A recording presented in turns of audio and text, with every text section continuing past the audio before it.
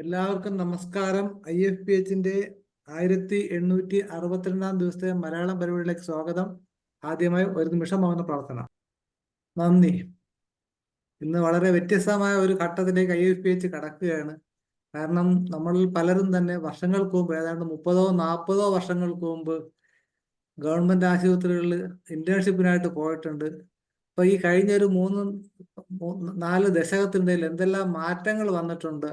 നമ്മുടെ homeopathy department, അത് ഏറ്റവും വലിയ തൊഴിൽ ദാതാവാണ് ഹോമിയോപ്പതി മേഖലയിൽ. ഏതാണ്ട് 700 ഡോക്ടർമാരാണ് ഹോമിയോപ്പതി ഡിപ്പാർട്ട്മെന്റ് ജോലി ചെയ്യുന്നുണ്ട്. അപ്പൊ ഇവരുടെ വർക്ക് എന്താണെന്നുള്ളത് തീർച്ചയായിട്ടും ഹോമിയോപ്പതി സമൂഹവും പഠിക്കുന്ന വിദ്യാർത്ഥികളും ഹോമിയോപ്പതി സ്നേഹികളും പൊതുസമൂഹം അറിഞ്ഞിരിക്കേണ്ടതുണ്ട്. അപ്പൊ അതിൻ്റെ ഒരു ചെറിയ എളിയ തുടക്കമാണ് നമ്മൾ ഇവിടെ ചെയ്യുന്നത്. അതായത് ഹോമിയോപ്പതി ആശുപത്രി വികസനം നെയ്യാറ്റിൻകര മോഡൽ. അപ്പൊ വളരെ ഭംഗിയായിട്ട് ഡോക്ടർ കുമാരി ബിന്ദു ചെയ്തിട്ടുണ്ട്. അവർ സൂപ്രണ്ടാണ്. അപ്പൊ ഡോക്ടർ ബിന്ദുവിനെ ഈ പ്രോഗ്രാമിലേക്ക് ആദരപൂർവ്വം ക്ഷണിക്കുകയാണ്. Doctor Rohit Thomas share. Hello doctor Manoj, ഞാൻ സ്ലൈഡ്സ് ഒന്ന് ഇടയ്ക്കൊന്ന് ഷെയർ ചെയ്യണേ. ചെയ്തോളൂ. ശരി. അപ്പോൾ എല്ലാവർക്കും നമസ്കാരം. ഞാൻ നെയ്യാറ്റിൻകര ഹോമിയോ ഹോസ്പിറ്റലിലെ സൂപ്രണ്ടാണ്. 2 വർഷമായി ഇപ്പോൾ സൂപ്രണ്ടായിട്ട്. അപ്പോൾ മനോജ് എൻ്റെ അടുത്ത് പറഞ്ഞു എന്തൊക്കെയാണ് ആ ഹോസ്പിറ്റലിൻ്റെ കുറച്ച് മാറ്റങ്ങൾ വരുത്തിയത്, എങ്ങനെയൊക്കെയാണ്. നമുക്ക് എല്ലാവർക്കും അറിയാം, നമുക്കിപ്പോൾ OP കണ്ടക്ട് ചെയ്യാനും അല്ലെങ്കിൽ ഒരു പേഷ്യന്റ് വന്ന് നമ്മൾ മരുന്ന് കൊടുത്ത് വിടുന്നതും നമുക്ക് മാറി നമ്മളൊരു ഹോസ്പിറ്റൽ സെറ്റപ്പിലോട്ട് പോകുമ്പോൾ ഹോസ്പിറ്റൽ സെറ്റപ്പിലോട്ട് പോകുമ്പോൾ നമുക്ക് കുറേ വെല്ലുവിളികളുണ്ട്. ഒന്നാമത് പേഷ്യന്റ് നമ്മുടെ അടുത്ത് ചോദിക്കുന്നത്, ഞാനിവിടെ കിടക്കുമ്പോൾ, ഞാൻ ഈ ഹോസ്പിറ്റലിൽ കിടക്കുമ്പോൾ എനിക്ക് എന്ത് ബെനിഫിറ്റാണ്? നിങ്ങളിപ്പോൾ എനിക്ക് മരുന്ന് തരുന്നു, പറയുന്ന രീതിയിൽ ഇപ്പോൾ ഡോസുകൾ പറയുന്ന അളവിൽ അല്ലെങ്കിൽ പറയുന്ന ടൈമിൽ ഞാൻ കഴിക്കുന്നു. പക്ഷേ ഞാനിപ്പോൾ ഇവിടെ കിടക്കണമെങ്കിൽ എന്തൊക്കെയാണ് നിങ്ങൾ എനിക്ക് എന്തൊക്കെ എക്സ്ട്രാ സർവീസ് ഉണ്ടെങ്കിൽ മാത്രമേ ഒരു പേഷ്യന്റ് കിടക്കുകയുള്ളൂ. അപ്പോൾ അത് നമ്മളെ സംബന്ധിച്ചോളം, ഒരു ഹോമിയോപ്പതിക്കാരനെ സംബന്ധിച്ചിടത്തോളം ഏറ്റവും വലിയ വെല്ലുവിളിയാണ് ഒരു പേഷ്യന്റിനെ അഡ്മിറ്റ് ചെയ്യുക എന്നുള്ളത്. അപ്പോൾ ഞാൻ നെയ്യാറ്റിൻകര ഹോസ്പിറ്റലിലോട്ട് പോകുമ്പോൾ നമുക്ക് ഒന്നാമത് സ്റ്റാഫിൻ്റെ ഷോർട്ടേജ് വളരെ അധികം ഉണ്ട്. മറ്റേ ഹോസ്പിറ്റലിലുള്ള പോലെ നമുക്കൊരു സ്റ്റാഫ് പാറ്റേൺ ഇല്ല. ഒരുപാട് ബുദ്ധിമുട്ടുകളുണ്ട്. ആ ഒരു സ്റ്റാഫിനെ വെച്ച് മെയിൻറ്റെയിൻ ചെയ്യാൻ കുറേ ബുദ്ധിമുട്ടുകളുണ്ട്. അപ്പോൾ ഞാൻ 2 വർഷം മുന്നേ അവിടെ പോകുമ്പോൾ ആ ഹോസ്പിറ്റലിൽ ഞാൻ പോണതിന് തൊട്ട് മുന്നേ തന്നെ RMO റിലീവ് ചെയ്ത് പോയായിരുന്നു കോളേജിലേക്ക്. പിന്നെ ക്ലർക്കില്ല, നിലവിലപ്പോൾ RMO ഇല്ല.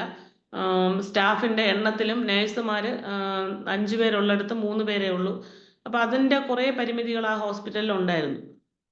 അപ്പോൾ ഈ അഡ്മിറ്റ് ചെയ്യുക എന്നുള്ളത് ഹോമിയോ ഡോക്ടേഴ്സിനെ സംബന്ധിച്ചിടത്തോളം ഭയങ്കര വെല്ലുവിളിയാണ്. അലോപ്പതിക്കും അവർ പറഞ്ഞ ഉടനെ തന്നെ ഹോസ്പിറ്റലിൽ കിടക്കും. ബിക്കോസ് അവർക്ക് എമർജൻസി ആയിട്ടുള്ള പല സംവിധാനങ്ങളും ഉണ്ട് പേഷ്യൻറ്റിനെ സാറ്റിസ്ഫൈ ചെയ്യാൻ. അതുപോലെ ആയുർവേദത്തിനും ഇപ്പോൾ ഒരുപാട് ചികിത്സകൾ, സുഖചികിത്സ, അതുപോലെ തടവൽ അല്ലെങ്കിൽ കിഴിയിടൽ, അതുമാതിരി പേഷ്യൻസിന് സാറ്റിസ്ഫൈ ചെയ്യാൻ പറ്റുന്ന സർവീസുകളുണ്ട് ഇൻ കേസ് ഓഫ് അഡ്മിഷൻ. ഇപ്പോൾ ഹോമിയോപ്പതിക്കാർക്ക് അതൊരു ഭയങ്കര വെല്ലുവിളിയാണ് ഒരു ഹോസ്പിറ്റലിനെ സംബന്ധിച്ച്. നമുക്കറിയാം, നമ്മുടെ ഹോസ്പിറ്റൽ, സർക്കാർ ഹോസ്പിറ്റലുകൾ എടുത്താൽ തന്നെ അഡ്മിഷൻ്റെ കാര്യത്തിൽ നമുക്ക് ഭയങ്കര ബുദ്ധിമുട്ടാണ്. ഡോക്ടേഴ്സിന് അത് ഭയങ്കര ഒരു ചലഞ്ചിങ് ആണ്. നമുക്കാരെയും കുറ്റം പറയാൻ പറ്റത്തില്ല, പക്ഷെ അതൊരു ചലഞ്ചിങ് ആണ് അഡ്മിഷൻ എന്ന് പറഞ്ഞാൽ, പേഷ്യൻറ്റിനെ കിടത്തുക എന്ന് പറഞ്ഞാൽ. അപ്പോൾ ഞാൻ ഹോസ്പിറ്റലിൽ ചെല്ലുമ്പോൾ 25 ബെഡുള്ള ഹോസ്പിറ്റലാണ്. ഞങ്ങൾക്ക് പേ വാർഡും ഉണ്ട്, ഒരു 4 പേ വാർഡും ഉണ്ട്. ബാക്കി 25 ബെഡും ഉണ്ട്. അപ്പോൾ നമ്മുടെ ഹോസ്പിറ്റലിലോട്ട് വളരെ കുറച്ച് പേഷ്യൻസേ കിടക്കുമായിരുന്നുള്ളൂ. നമുക്ക് ഈവൻ കേസ് ഫിസിയോതെറാപ്പി ഉണ്ട്. അപ്പോൾ ഞാൻ കുറഞ്ഞ പേഷ്യൻറ്റിനെ വെച്ച്, കുറഞ്ഞ സ്റ്റാഫിനെ വെച്ച് എങ്ങനെയാണ് നമ്മളൊരു ഹോസ്പിറ്റലിനെ ഏറ്റവും മെച്ചപ്പെട്ട രീതിയിൽ കൊണ്ടുപോവുക എന്നുള്ളത് ഒരു കടമ്പ തന്നെയാണ്. അപ്പോൾ ഞാൻ ഹോസ്പിറ്റലിലോട്ട് ചെന്ന് ഞാൻ ആദ്യം ചെയ്തത്, ഭാഗ്യത്തിന് ഞാൻ ഈ കയറുന്ന സമയത്ത് ഈ 2 വർഷം കൊണ്ട് നമ്മളെ ഹോമിയോപ്പതിയിൽ ഒരുപാട് ചേഞ്ച് വന്നു. ഹെൽത്ത് സർവീസിൻ്റെ കാര്യത്തിൽ NABH അക്രഡിറ്റേഷൻ വന്നു. അതുപോലെ ക്വാളിറ്റി മെയിൻറ്റെയിൻ ചെയ്യാൻ അല്ലെങ്കിൽ ക്വാളിറ്റി കൂട്ടാൻ വേണ്ടിയുള്ള ഒരുപാട് ടൂൾസ് വന്നു, സ്റ്റാൻഡേർഡ്സ് വന്നു. അതിങ്ങനെ ഹോമിയോപ്പതിയിലോട്ട് വരുന്ന സമയത്താണ് ഞാൻ ഹോസ്പിറ്റലിലോട്ട് ചെല്ലുന്നത്. അതെനിക്കൊരു ഭയങ്കര അനുഗ്രഹമായി. ബിക്കോസ് നമുക്കൊരു അവയർനെസ് കിട്ടി, എങ്ങനെയാണ് ഒരു ഹോസ്പിറ്റലിൻ്റെ ക്വാളിറ്റി കൂട്ടുക, സർവീസ് കൂട്ടുക, അങ്ങനെയുള്ള കാര്യത്തിൽ. ഇപ്പം നമ്മൾ ഹോസ്പിറ്റലിൽ ചെല്ലുമ്പോൾ, നിങ്ങളും ഇനി ഹോസ്പിറ്റലിൽ വർക്ക് ചെയ്യുന്നെങ്കിൽ അല്ലെങ്കിൽ ഇനിയും നിങ്ങളൊരു ഹോസ്പിറ്റലിൽ നടത്തിക്കൊണ്ട് പോകണമെങ്കിൽ, നമുക്കറിയാം പ്രൈവറ്റ് മേഖലയിലും നമ്മൾ അലോപ്പതി പോലെയോ ആയുർവേദം പോലെയോ ഹോസ്പിറ്റലുകളില്ല നമുക്ക്. പക്ഷെ നല്ലൊരു സ്കോപ്പാണ് ഇനിയുള്ള കാലത്ത് ഹോസ്പിറ്റലുകൾ. അപ്പോൾ നമ്മളൊരു ഹോസ്പിറ്റലിലോട്ട് ചെല്ലുമ്പോൾ കുറേ കാര്യങ്ങൾ നോക്കണം. അപ്പം നമ്മളിപ്പോൾ സ്റ്റാഫിനെ സെലക്ട് ചെയ്യണമെങ്കിൽ എന്നാണ് സ്റ്റാഫിനെ സെലക്ട് ചെയ്യുന്നല്ല, സോറി, സ്റ്റാഫിന്റെ ഭാഗത്ത് നിന്ന് നമ്മൾ നോക്കുമ്പോൾ അവർക്കും ഒരുപാട് ബുദ്ധിമുട്ടുകളുണ്ട്. അപ്പോൾ നമുക്ക് ഈ കാലഘട്ടം അല്ലെങ്കിൽ NABHന്റെ ഒരു അക്രഡിറ്റേഷൻ പോകുമ്പോൾ നമുക്കുള്ള 2 മെയിൻ കാര്യങ്ങളാണ് സാറ്റിസ്ഫാക്ഷൻ. ഒന്ന്, നമ്മളെ പേഷ്യന്റിന്റെ സാറ്റിസ്ഫാക്ഷൻ. അതിൽ കുറെ ഘടകങ്ങളുണ്ട്. പേഷ്യന്റ് സാറ്റിസ്ഫാക്ഷൻ, അതുപോലെ തന്നെയാണ് സ്റ്റാഫിന്റെ സാറ്റിസ്ഫാക്ഷനും. രണ്ടും ഒരുപോലെ ഇമ്പോർട്ടന്റ് ആണ്. അപ്പൊ ഞാൻ ഫസ്റ്റ് ചെയ്തത് ഹോസ്പിറ്റലിൽ നിന്ന് ഒരു സ്റ്റാഫിന്റെ മീറ്റിംഗ് വിളിച്ചു കൂട്ടുകയും ആ ഫസ്റ്റ് തന്നെ സ്റ്റാഫിന്റെ അടുത്ത് ചോദിച്ചു, നിങ്ങൾക്ക് എന്തൊക്കെയാണ്, ബിക്കോസ് അവിടെ 6 മാസമായിട്ട് ഒരു ക്ലർക്ക് ഇല്ല, 6 മാസമായിട്ട് സ്ഥിരമായിട്ട് ഒരു സൂപ്രണ്ട് ഇല്ല, നമ്മളെ സൂപ്രണ്ട് ഇൻചാർജ് മാത്രമേ ഉണ്ടായിരുന്നുള്ളൂ. അപ്പൊ അത് കാരണം ഒരുപാട് ബുദ്ധിമുട്ട്, ഒരു ക്ലർക്കും സൂപ്രണ്ടും ഇല്ലെങ്കിൽ തന്നെ ആ ഹോസ്പിറ്റലിന് ഭയങ്കര ബുദ്ധിമുട്ടാണ്. അപ്പൊ ഞാൻ അവരുടെ അടുത്ത് ചോദിച്ചു, എന്തൊക്കെയാണ് നിങ്ങളെ ബുദ്ധിമുട്ടുകൾ, നിങ്ങളൊരു കാര്യം ചെയ്യുക, ഒരു പേപ്പറിൽ നിങ്ങളുടെ വ്യക്തിപരമായി നിങ്ങൾക്ക് കിട്ടാനുള്ള ആനുകൂല്യങ്ങൾ, നിങ്ങൾക്കുള്ള ബുദ്ധിമുട്ടുകൾ, നിങ്ങളുടെ സാറ്റിസ്ഫാക്ഷന് വിരുദ്ധമായി നിൽക്കുന്ന ഘടകങ്ങളൊന്ന് എഴുതി തരാൻ പറഞ്ഞു. അപ്പൊ അവര് ആ മീറ്റിംഗിൽ കഴിഞ്ഞപ്പോൾ തന്നെ അവരുടെ അവർക്ക് ഉണ്ടാകുന്ന ബുദ്ധിമുട്ടുകൾ അല്ലെങ്കിൽ അവർക്ക് കിട്ടാനുള്ള കുറെ ആനുകൂല്യങ്ങൾ, അവർക്കുള്ള ബുദ്ധിമുട്ടുകൾ, അതെല്ലാം എഴുതി തന്നു. അപ്പൊ ആദ്യം കാറ്റഗറി തിരിച്ച്, ഇപ്പൊ ക്ലീനിങ് സ്റ്റാഫ് പ്രത്യേകം, ഇൻക്ലൂഡിങ് കുക്ക്, പിന്നെ രണ്ടാമത് നഴ്സിംഗ് അസിസ്റ്റന്റ്, പിന്നെ ഫാർമസി ഗ്രൂപ്പ്, പിന്നെ ഡോക്ടേഴ്സ്, അങ്ങനെ കാറ്റഗറൈസ് ചെയ്ത് അവരുടെ സാറ്റിസ്ഫാക്ഷൻ സ്കെയിൽ ഇമ്പ്രൂവ് ചെയ്യുകയാണ് ആദ്യം ചെയ്തത്. ആദ്യം ഹോസ്പിറ്റലിനോ പേഷ്യൻസിനോ തൊടുന്നതിന് മുന്നേ ആദ്യം അവിടുത്തെ സ്റ്റാഫിന്റെ ഓരോ കാര്യങ്ങളും ഓരോന്നായിട്ട് എടുത്ത് അവരുടെ ഓരോ നീഡ്സും അതിനെ ഫുൾഫിൽ ചെയ്യാണ് ഫസ്റ്റ് ചെയ്തത്. ഇപ്പൊ ഹോസ്പിറ്റലിൽ എപ്പോഴും നമ്മൾ നോക്കുക, സ്റ്റാഫിന്റെ സാറ്റിസ്ഫാക്ഷൻ ഏറ്റവും ഇമ്പോർട്ടന്റ് ആണ്. ബിക്കോസ് എങ്കിൽ മാത്രമേ അവർക്ക് വർക്ക് ചെയ്യാൻ അല്ലെങ്കിൽ ആ ഹോസ്പിറ്റലിന് അസറ്റുകളെ കൂട്ടാൻ വേണ്ടി അവർക്ക് നിൽക്കത്തുള്ളൂ, അവർ നിൽക്കുള്ളൂ. പല ടൈപ്പാണ്. ഇപ്പൊ എന്റെ ഹോസ്പിറ്റലിൽ 30 ഇൻക്ലൂഡിങ് ഡോക്ടേഴ്സ് ഒരു 30 സ്റ്റാഫ് ഉണ്ട്. അപ്പൊ 30 സ്റ്റാഫിനെയും ഒന്നുപോലെ കൊണ്ടുപോകുന്ന വെച്ചാൽ അതൊരു നല്ല ഒരു ബുദ്ധിമുട്ടുള്ള കാര്യമാണ്. അപ്പൊ ഇവരുടെ സാറ്റിസ്ഫാക്ഷൻ, അവരുടെ ഓരോ കാര്യങ്ങളായിട്ട് അവർ പറഞ്ഞ അവരുടെ ആവശ്യങ്ങളെല്ലാം മാക്സിമം അതെല്ലാം പരിഹരിച്ചതിന് ശേഷം വിത്തിൻ 2 months ആണ് ഞാൻ അടുത്ത ഹോസ്പിറ്റലിന്റെ ഇതിലോട്ട് പോകുന്നത്. ഹോസ്പിറ്റലിന്റെ ആ ഒരു സ്ട്രക്ചറിലോട്ടും അല്ലെങ്കിൽ ഹോസ്പിറ്റലിനെ എങ്ങനെ നമുക്ക് കുറച്ചുകൂടെ മുന്നോട്ട് കൊണ്ട്. അപ്പൊ നമുക്ക് നോക്കുമ്പോൾ അങ്ങനെ നമുക്ക് എടുത്തു പറയാൻ ഹോസ്പിറ്റലുള്ളത്, ഇപ്പൊ കുറിച്ചി ഒരു ഹോമിയോ കോളേജ് ഉണ്ട്, അല്ലെങ്കിൽ ഐരാണിമുട്ട ഹോമിയോ കോളേജ് ഉണ്ട്. പക്ഷെ നമുക്ക് ഈ 25 ബെഡുള്ള ഒരു ഹോസ്പിറ്റലിലോട്ട് സെലക്ട് ചെയ്യാൻ പറ്റിയ അങ്ങനെ നമുക്ക് എങ്ങനെയാണ് ഇതിനെ കുറച്ചുകൂടി സർവീസ് മെച്ചപ്പെടുത്തുക. അടുത്തത് പേഷ്യന്റ് സാറ്റിസ്ഫാക്ഷൻ ആണ്. നമ്മൾ സ്റ്റാഫിന്റെ സാറ്റിസ്ഫാക്ഷൻ ഒരുവിധം ഫുൾഫിൽ ചെയ്തിട്ട് പേഷ്യന്റ് സാറ്റിസ്ഫാക്ഷൻ വെച്ചാൽ നമുക്കറിയാം, നമ്മളിപ്പോൾ ഒരു ഹോസ്പിറ്റലിൽ ചെല്ലുമ്പോൾ നമ്മൾ ഫസ്റ്റ് നോക്കുന്നത് വൃത്തി തന്നെയാണ്. പിന്നെ ആ ഹോസ്പിറ്റലിന്റെ ഒരു അറ്റ്മോസ്ഫിയർ, അവിടെ നിന്ന് കിട്ടുന്ന സർവീസ്, അവർക്ക് മാക്സിമം കുറഞ്ഞ ചെലവിൽ മാക്സിമം സർവീസ് കിട്ടുക. പിന്നെ അവർക്ക് ഈവൻ നമ്മളിപ്പോ ഒരു ഹോസ്പിറ്റലിൽ കയറിയിട്ട് നമ്മൾ മരുന്നും വാങ്ങിച്ചിട്ട് ഇറങ്ങുന്ന ആ ഒരു ടൈം പോലും ഒരു ക്വാളിറ്റി ഓഫ് സർവീസിനെ ഡിപ്പെൻഡ് ചെയ്യും. അത് നമ്മൾ ഒരിക്കലും ശ്രദ്ധിക്കാമല്ലോ. ഒരു പേഷ്യന്റ് ഒരു ഹോസ്പിറ്റലിൽ വരുന്നു, അവർ ഇറങ്ങുന്നതിന് ഒരു ടൈമിങ്, ആ ബിറ്റ്വീൻ ആ കയറുന്നതും ഇറങ്ങുന്നതും തമ്മിലുള്ള ടൈമിങ്ങും പോലും ഒരു ക്വാളിറ്റിയെ ഡിപ്പെൻഡ് ചെയ്യും, അല്ലെങ്കിൽ ക്വാളിറ്റി അനുസരിച്ചാണ് ഒരു ഹോസ്പിറ്റലിന്റെ ക്വാളിറ്റി. അപ്പൊ അതിന് ഞാൻ ചെയ്തത് ആദ്യം നമ്മൾ അടുത്തുള്ള ജനറൽ ഹോസ്പിറ്റൽ ഞാൻ ചെന്നപ്പോഴത്തേനും നമ്മുടെ നെയ്യാറ്റിൻകര താലൂക്ക് ഹോസ്പിറ്റലിൽ ഒരുവിധം നല്ല രീതിയിൽ ഭയങ്കര ഒരു ഡ്രാസ്റ്റിക് ചേഞ്ച് നടന്നു. അപ്പൊ ഞാൻ ആ ഹോസ്പിറ്റലിൽ പോയി നമ്മളെ രീതിയിലോട്ട് എങ്ങനെ കൊണ്ടുവരാമെന്ന് കുറെ ഫോട്ടോസ് അവിടുത്തെ RMO സംസാരിച്ചു, PR അടുത്ത് സംസാരിച്ചു. പിന്നെ നമ്മൾ അടുത്തുള്ള നിംസ്, അത് NABH അക്രഡിറ്റേഷൻ കിട്ടിയ ഒരു ഹോസ്പിറ്റലാണ്.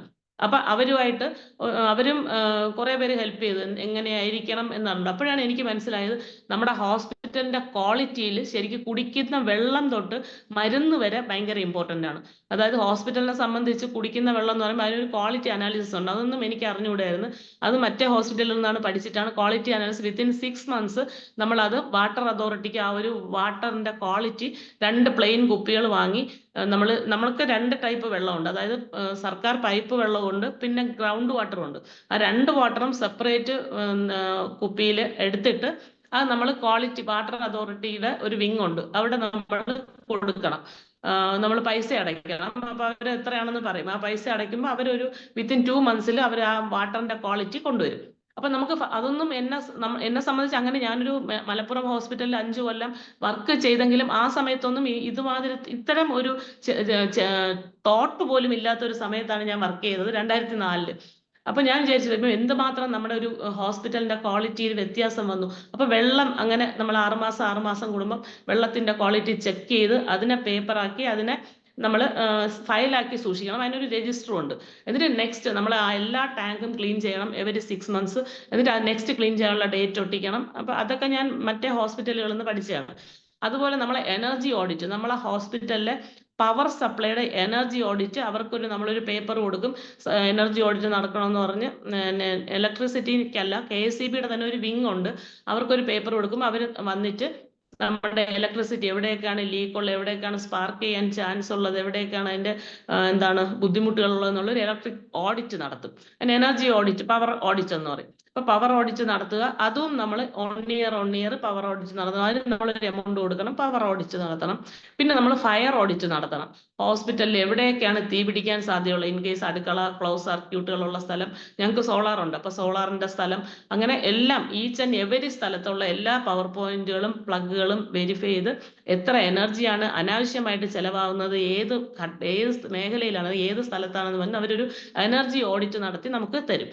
അപ്പോൾ ഇതെല്ലാം ഞാൻ ആദ്യത്തെ ഒരു 6 മാസത്തിനുള്ളിൽ തന്നെ ഇത്തരം ഓഡിറ്റുകൾ ചെയ്തു വെച്ചു. Power audit, water audit, fire audit. പക്ഷെ ഇതുകൊണ്ട് എനിക്കൊരു ഗുണം ഉണ്ടായത്, നമ്മൾ NIBH സെലക്ട് ചെയ്തപ്പോഴും കായകൽപ്പ അവാർഡിനും ഈ എല്ലാ സാധനങ്ങളും നമുക്ക് ഭയങ്കര അത്യാവശ്യമായിരുന്നു. അത് കണ്ടിട്ടല്ല ചെയ്തത്, ഒരു ഹോസ്പിറ്റലിൽ കയറിയപ്പോൾ എങ്ങനെ ആയിരിക്കണം ഒരു ഹോസ്പിറ്റലിന്റെ ക്വാളിറ്റി കൂട്ടേണ്ടത് എന്ന് വിചാരിച്ചിട്ട് അന്ന് ആ സാധനങ്ങളൊക്കെ ചെയ്തു വെച്ചാണ് ആദ്യത്തെ വർഷം തന്നെ. അപ്പൊ ഇതെല്ലാവരും ശ്രദ്ധിക്കുക. നമ്മളൊരു നമ്മുടെ ക്ലിനിക്കായാലും ഈവൻ ഒരു ഹോസ്പിറ്റലായാലും, ഇത്തരം ക്ലിനിക്കായാലും നമ്മൾ പ്രൈവറ്റ് ക്ലിനിക്കിൽ ഇടുന്നെങ്കിലും ഇതൊക്കെ ഇനിയുള്ള കാലത്ത് ഭയങ്കര ഇമ്പോർട്ടൻ്റ് ആണ്. നിങ്ങൾക്ക് ഒരു ചെക്കിങ്ങിന്, ഒരു ഇൻസ്പെക്ഷന് വരുമ്പോൾ നിങ്ങളെ അവിടുത്തെ ഒരു പേഷ്യന്റ് വന്നിരുന്നിട്ട് പോകുമ്പോഴുള്ള, നമ്മൾ ഈവൻ വെള്ളം കുടിക്കാൻ വെച്ചിട്ടുണ്ടെങ്കിൽ പോലും അതിന്റെ ക്വാളിറ്റി വരെ അവർ ചെക്ക് ചെയ്യും. ഇനിയുള്ള കാലത്ത് അങ്ങനെയാണ്, എല്ലാം ക്വാളിറ്റി വൈസ് അപ്ഡേഷൻ ഉള്ള ഒരു കാലഘട്ടമാണ്. അപ്പൊ ഇതെല്ലാം നമ്മൾ നിർബന്ധമായി അറിഞ്ഞിരിക്കണം. അടുത്ത ഹോസ്പിറ്റലിനെ സംബന്ധിച്ച് ഏറ്റവും പ്രധാനപ്പെട്ടാണ് ഇൻഫെക്ഷൻ കൺട്രോൾ. നമുക്ക് നേരം ഒരു ഹോസ്പിറ്റലിന്റെ അതിൽ ഇൻഫെക്ഷൻ പല തട്ടിലാണ്. നമുക്ക് ലാബ് ഉള്ളത് കൊണ്ട് ലാബിന്റെ വേസ്റ്റ് എങ്ങനെയായിരിക്കണം ഭയങ്കര സെക്യൂർ ആയിട്ട്, അല്ലെങ്കിൽ ഏറ്റവും കൺട്രോൾ ആയിട്ട് എങ്ങനെ ആ ലാബ് വേസ്റ്റ് എങ്ങനെ കളയണം, അതുപോലെ കിച്ചൺ വേസ്റ്റ് എങ്ങനെ കളയണം, ഈവൻ പേപ്പർ, പ്ലാസ്റ്റിക്, ബയോഡീഗ്രേഡബിൾ അല്ലെങ്കിൽ പിന്നെ പ്ലാസ്റ്റിക് പോലുള്ളതും ബയോഡീഗ്രേഡബിൾ ആയിട്ടുള്ള വേസ്റ്റുകൾ എങ്ങനെയാണെന്ന് വ്യക്തമായ ധാരണയും വേണം, വ്യക്തമായ പ്ലാനിങ്ങും വേണം. അപ്പൊ ഞാൻ ഹോസ്പിറ്റലിലോട്ട് ചെല്ലുമ്പോൾ നമ്മൾ ആ ഹോസ്പിറ്റലിലെ പുറകു സ്ഥലം കാടായിരുന്നു. അപ്പൊ പേഷ്യൻസ് ജനലിൽ കൂടെ കാട്ടിലോട്ട് വലിച്ച്, അതങ്ങനെ അതിനെക്കുറിച്ചൊന്നും ഒരു ധാരണയോ അല്ലെ അതിനെക്കുറിച്ചുള്ള ക്വാളിറ്റി ഒന്നും ഉണ്ടായിരുന്ന സമയം ആയിരുന്നില്ല. ഞാൻ പറഞ്ഞില്ല, ഈ ഒരു 2 years കൊണ്ടാണ് നമുക്ക് അങ്ങനത്തെ രീതിയിലുള്ള ഒരു അവയർനെസ്സും അത്തരത്തിൽ ഉള്ള ചേഞ്ചുകൾ എങ്ങനെ ചെയ്യണം എന്നുള്ളൊരു അവബോധവും നമുക്ക് കിട്ടിയത് വിത്തിൻ ഒരു 2 to 3 years ആണ്. അപ്പൊ അങ്ങനത്തെ സ്ഥലത്തു നിന്നും എങ്ങനെയായിരിക്കണം ആ വേസ്റ്റ് മാനേജ് ചെയ്യേണ്ടതെന്ന് അതൊരു ഇമ്പോർട്ടന്റ് കാര്യമാണ്. അപ്പൊ നമ്മൾ സാധാരണ ലാബിന്റെ വേസ്റ്റ് ഒക്കെ ഇമേജ് എന്ന് പറഞ്ഞ ഒരു ഇതുമായിട്ട് ലിങ്ക് ചെയ്തിട്ട് അവരാണ് അതിനും ഭയങ്കര നിബന്ധനകളുണ്ട്. അതിൽ ഓരോ വേസ്റ്റും ഇടുന്നതിനും ഓരോ കളർ കോഡുണ്ട്, ഓരോ ബക്കറ്റ് ഉണ്ട്. 3 bucket സിസ്റ്റം പോലെ നമ്മൾ ലാബില് ഓരോ ഏരിയയിലും, ഇപ്പൊ YP-യിലായാലും പേഷ്യൻസിന്റെ സൈഡിലായാലും ഓരോ ഡോക്ടേഴ്സിന്റെ റൂമിലായാലും അങ്ങനെ നമ്മൾ വേസ്റ്റുകളുടെ ഒരു ബക്കറ്റ്സ് ഉണ്ട്. 3 bucket system, green, blue, yellow എന്ന് പറഞ്ഞിട്ട് നമ്മൾ അതിനെ, പക്ഷെ അത് വെച്ചാൽ മാത്രം പോരാ, പേഷ്യൻസിനും നല്ല അവബോധം കൊടുക്കണം, ഈവൻ സ്റ്റാഫിനും. എന്ന് വെച്ചാൽ അവർ പുതിയതായിട്ടൊരു ഇതിലോട്ട് കടക്കുകയാണ്, ഒരു ഘട്ടത്തിലേക്ക് കടക്കുമ്പോൾ നമ്മൾ അറിയാതെ തന്നെ പേപ്പർ കൊണ്ട്, നമുക്ക് ഒരു ശീലം ഉണ്ടല്ലോ എന്ത് കൈ കിട്ടിയാലും ഓരോ സ്ഥലത്ത് കൊണ്ട് ഇടുക. പക്ഷെ അത് കുറച്ച് സമയം എടുത്തു സ്റ്റാഫിനെ തന്നെ പൂർണ്ണമായും. ഇപ്പൊ എല്ലാവരും ആ ഒരു സെറ്റായി, ഇപ്പൊ 1.5 വർഷമായി. അപ്പോഴത്തേന് പേഷ്യന്റിനായാലും അറിയാം കഞ്ഞി ഇടേണ്ടത് മഞ്ഞ ബക്കറ്റിലാണെന്ന് അവർക്ക് അറിയാം. അപ്പൊ അങ്ങനെ തന്നെ നമ്മൾ ആ ക്വാളിറ്റി മെയിൻറ്റെയിൻ ചെയ്യാൻ വേണ്ടി നമ്മൾ കുറച്ച് ബുദ്ധിമുട്ടണം. അതെല്ലാം നമ്മൾ എല്ലാ സ്ഥലത്തും ഡിസ്പ്ലേ ബോർഡുകൾ വെക്കുകയും ബക്കറ്റിന്റെ പുറത്ത് വെക്കുകയും പേഷ്യന്റിന്റെ അടുത്ത് അങ്ങനെ തന്നെ ഓരോ പേഷ്യന്റിന്റെ അടുത്തും വരുന്ന IP കിടക്കുന്ന പേഷ്യന്റിന്റെ അടുത്ത് പ്രത്യേകിച്ച് പറയും, ഫുഡ് വേസ്റ്റ് പച്ചയിലിടണം, പേപ്പർ ബ്ലാക്കിലിടണം, പഞ്ഞി പോലത്തെ ഉള്ള സാധനങ്ങൾ യെല്ലോയിലിടണം. അപ്പൊ അങ്ങനത്തെ രീതിയിലാണ് നമ്മൾ ഇൻഫെക്ഷന്റെ ഫസ്റ്റ് സ്റ്റേജ് തുടങ്ങിയത്. അപ്പൊ അതുമാതിരി ഓരോ മേഖലയിലും ഇൻഫെക്ഷൻ കൺട്രോൾ. പിന്നെ നമ്മൾ ചെയ്തത് വേസ്റ്റ് മാനേജ്മെന്റ്. അപ്പൊ ഇതിന്റെ ഇടയ്ക്ക് നമുക്ക് പൈസ ഒരു ഭയങ്കര ബുദ്ധിമുട്ടാണ്. അപ്പൊ നമ്മുടെ മുനിസിപ്പാലിറ്റി ആദ്യം ഒട്ടും ഹോമിയോക്ക് ഏറ്റവും എതിര് നിന്നിരുന്ന ഒരു കാലം ഉണ്ടായിരുന്നു. ആദ്യം എന്ത് പറഞ്ഞാലും പണ്ട് ആ ഹോമിയോക്ക് കഞ്ഞി കുടിക്കാൻ കിടക്കുന്ന 2 പേഷ്യന്റ് അല്ലേ, അതിനിപ്പോ ഇത്ര ഫണ്ടൊക്കെ മതി, അതിന്റെ ആവശ്യമില്ല എന്ന് പറഞ്ഞ് പരസ്യമായിട്ട് ഒരു നമ്മളെ ഇംപ്ലിമെന്റിങ് ഓഫീസറിന്റെ ഫ്രണ്ടിൽ വെച്ച് എപ്പോഴും എനിക്ക് എന്താണ് ഒരുപാട് വിഷമം ഉണ്ടാക്കി. പക്ഷെ അത് മാറ്റിയെടുത്തു. ഒരുപാട് വിഷമം ഉണ്ടാക്കി, കാരണം ഹോമിയോ എപ്പോഴും, അതേസമയം ആയുർവേദത്തിന് ഭയങ്കരമായിട്ട് ഹൈപ്പ് ചെയ്ത് പറയും. PSCകളെ അലോപ്പതി അങ്ങനെ തന്നെ, ഹോമിയോക്ക് എപ്പോഴും ഫണ്ട് കുറച്ചേ തരുള്ളൂ. ഓരോ പ്രാവശ്യവും പറയും ഹോമിയോക്ക് എന്തിനാണ് ഇത്ര, അവിടെ കഞ്ഞി കുടിക്കുക എന്തിനാണ്, അവിടെ പേഷ്യന്റ് എന്തിനാണ് കിടക്കുന്നത്, കഞ്ഞി കുടിക്കാൻ 2 പേഷ്യന്റ് കിടക്കുന്നതിന് എന്തിനാണ്. അപ്പൊ ഞാൻ CCTVയുടെ പ്രോജക്റ്റ് വെച്ചു, റാമ്പിന്റെ പ്രോജക്റ്റ് വെച്ചു. IP ഞങ്ങൾക്ക് 2ാമത്തെ നിലയിലാണ്, താഴെയാണ് ഫിസിയോതെറാപ്പി. അപ്പോൾ അതിനുവേണ്ടി വയ്ക്കുമ്പോൾ എല്ലാം എനിക്ക് നേരിടേണ്ടി വന്ന കുറേ ക്വസ്റ്റ്യൻസ് ആണ്. ഭയങ്കരമായിട്ട് ഇങ്ങനെ എല്ലാവരും ചിരിക്കുന്ന ഒരു തരത്തിലേക്ക് നമ്മളിങ്ങനെ ഇത് ചെയ്യുമായിരുന്നു ഹോമിയോ. അപ്പോൾ അതുകൊണ്ട് ആദ്യം നമ്മൾ ഡോക്ടേഴ്സിൻ്റെ ഒരു മീറ്റിംഗ് വിളിച്ചു കൂട്ടിയിട്ട് എങ്ങനെ നമുക്ക് IP OP എങ്ങനെ പേഷ്യൻസിൻ്റെ എണ്ണം കൂട്ടാമെന്ന് പറഞ്ഞിട്ട് നമ്മൾ അങ്ങനെ ഒരു കോറായിട്ട് ഡോക്ടേഴ്സ് എല്ലാവരും ഒരേപോലെ നമ്മൾ കുറച്ച് ടാർഗറ്റുകൾ ഉണ്ടാക്കി. ഇപ്പോൾ ഒരു പേഷ്യൻ്റ് വരുമ്പോൾ അവർക്ക് മാക്സിമം നമുക്ക് കൊടുക്കാൻ പറ്റുന്ന, അപ്പോൾ നമ്മൾ ഫിസിയോതെറാപ്പി ഇതേ സമയത്ത് നമുക്ക് നാമെന്ന് കുറച്ച് ഫണ്ട് കിട്ടി, അത്യാവശ്യം നല്ല രീതിയിലുള്ള ഫണ്ട് കിട്ടിയത് നമ്മൾ ആദ്യം ചെയ്തത് ഫിസിയോതെറാപ്പി ഒന്ന് അപ്ഗ്രേഡ് ചെയ്തു. ഫിസിയോതെറാപ്പിയിൽ ഏറ്റവും മോഡേൺ ആയിട്ടുള്ള ഇൻസ്ട്രുമെന്റ്സ് അവർക്ക് ഉപയോഗിക്കാൻ പറ്റുന്ന, ഒരു പേഷ്യന്റിനെ സാറ്റിസ്ഫൈ ചെയ്യാൻ പറ്റുന്ന തരത്തിലുള്ള, ഈവൻ വേരിക്കോസ് വെയിന് പോലും നല്ല രീതിയിലുള്ള ഫിസിയോതെറാപ്പിക് എക്യുപ്മെന്റ്സ് ഉണ്ട്. അപ്പം നമ്മളെ അടുത്ത് വരുന്ന പേഷ്യന്റിനെ നമ്മൾ ഒന്ന് ഇത് ചെയ്തു, കാറ്റഗറൈസ് ചെയ്തു. ഏത് ടൈപ്പ് പേഷ്യൻസ് ആണ് നമുക്ക് കൂടുതൽ വരുന്നതെന്ന് കാറ്റഗറൈസ് ചെയ്തിട്ട് നമ്മൾ ആ ടൈപ്പ് ഫിസിയോതെറാപ്പിസ്റ്റിന്റെ ഒരു സഹായത്തോടു കൂടി തന്നെ നമ്മൾ അവരുടെ ഫിസിയോതെറാപ്പിസ്റ്റിന്റെ ഈ മെഷീൻ ഉണ്ടാക്കുന്ന ആ കമ്പനിയായിട്ടും വിളിച്ച് അവരും വന്ന് നമ്മൾ ഇരുന്നിട്ട് ഏറ്റവും നന്നായിട്ട് ഇവിടെ വരുന്ന രോഗികൾ ഇന്ന ടൈപ്പാണ്, അവർക്ക് ഇന്ന കംപ്ലൈൻസ് ആണുള്ളത്, അപ്പോൾ അവർക്ക് ഏറ്റവും കുറഞ്ഞ ചെലവിൽ ഏറ്റവും ബെസ്റ്റ് ആയിട്ടുള്ള സർവീസ് ഫിസിയോതെറാപ്പി വഴി കൊടുക്കാൻ വേണ്ടി അതിനെയാണ് നമ്മൾ ആദ്യം അപ്ഗ്രേഡ് ചെയ്തത്. അപ്പൊ അതിനു വേണ്ടി ഒരു മിനിറ്റ് നമുക്ക് ആ വീഡിയോ ഒന്ന് കണ്ടിട്ട് ബാക്കി കാണുന്നതല്ലേ നല്ലത്. ശരി റോയ് അന്ന് വീഡിയോ പ്ലേ ചെയ്യൂ. ഓഡിയോ ഓഫാണ്. ഓക്കെ.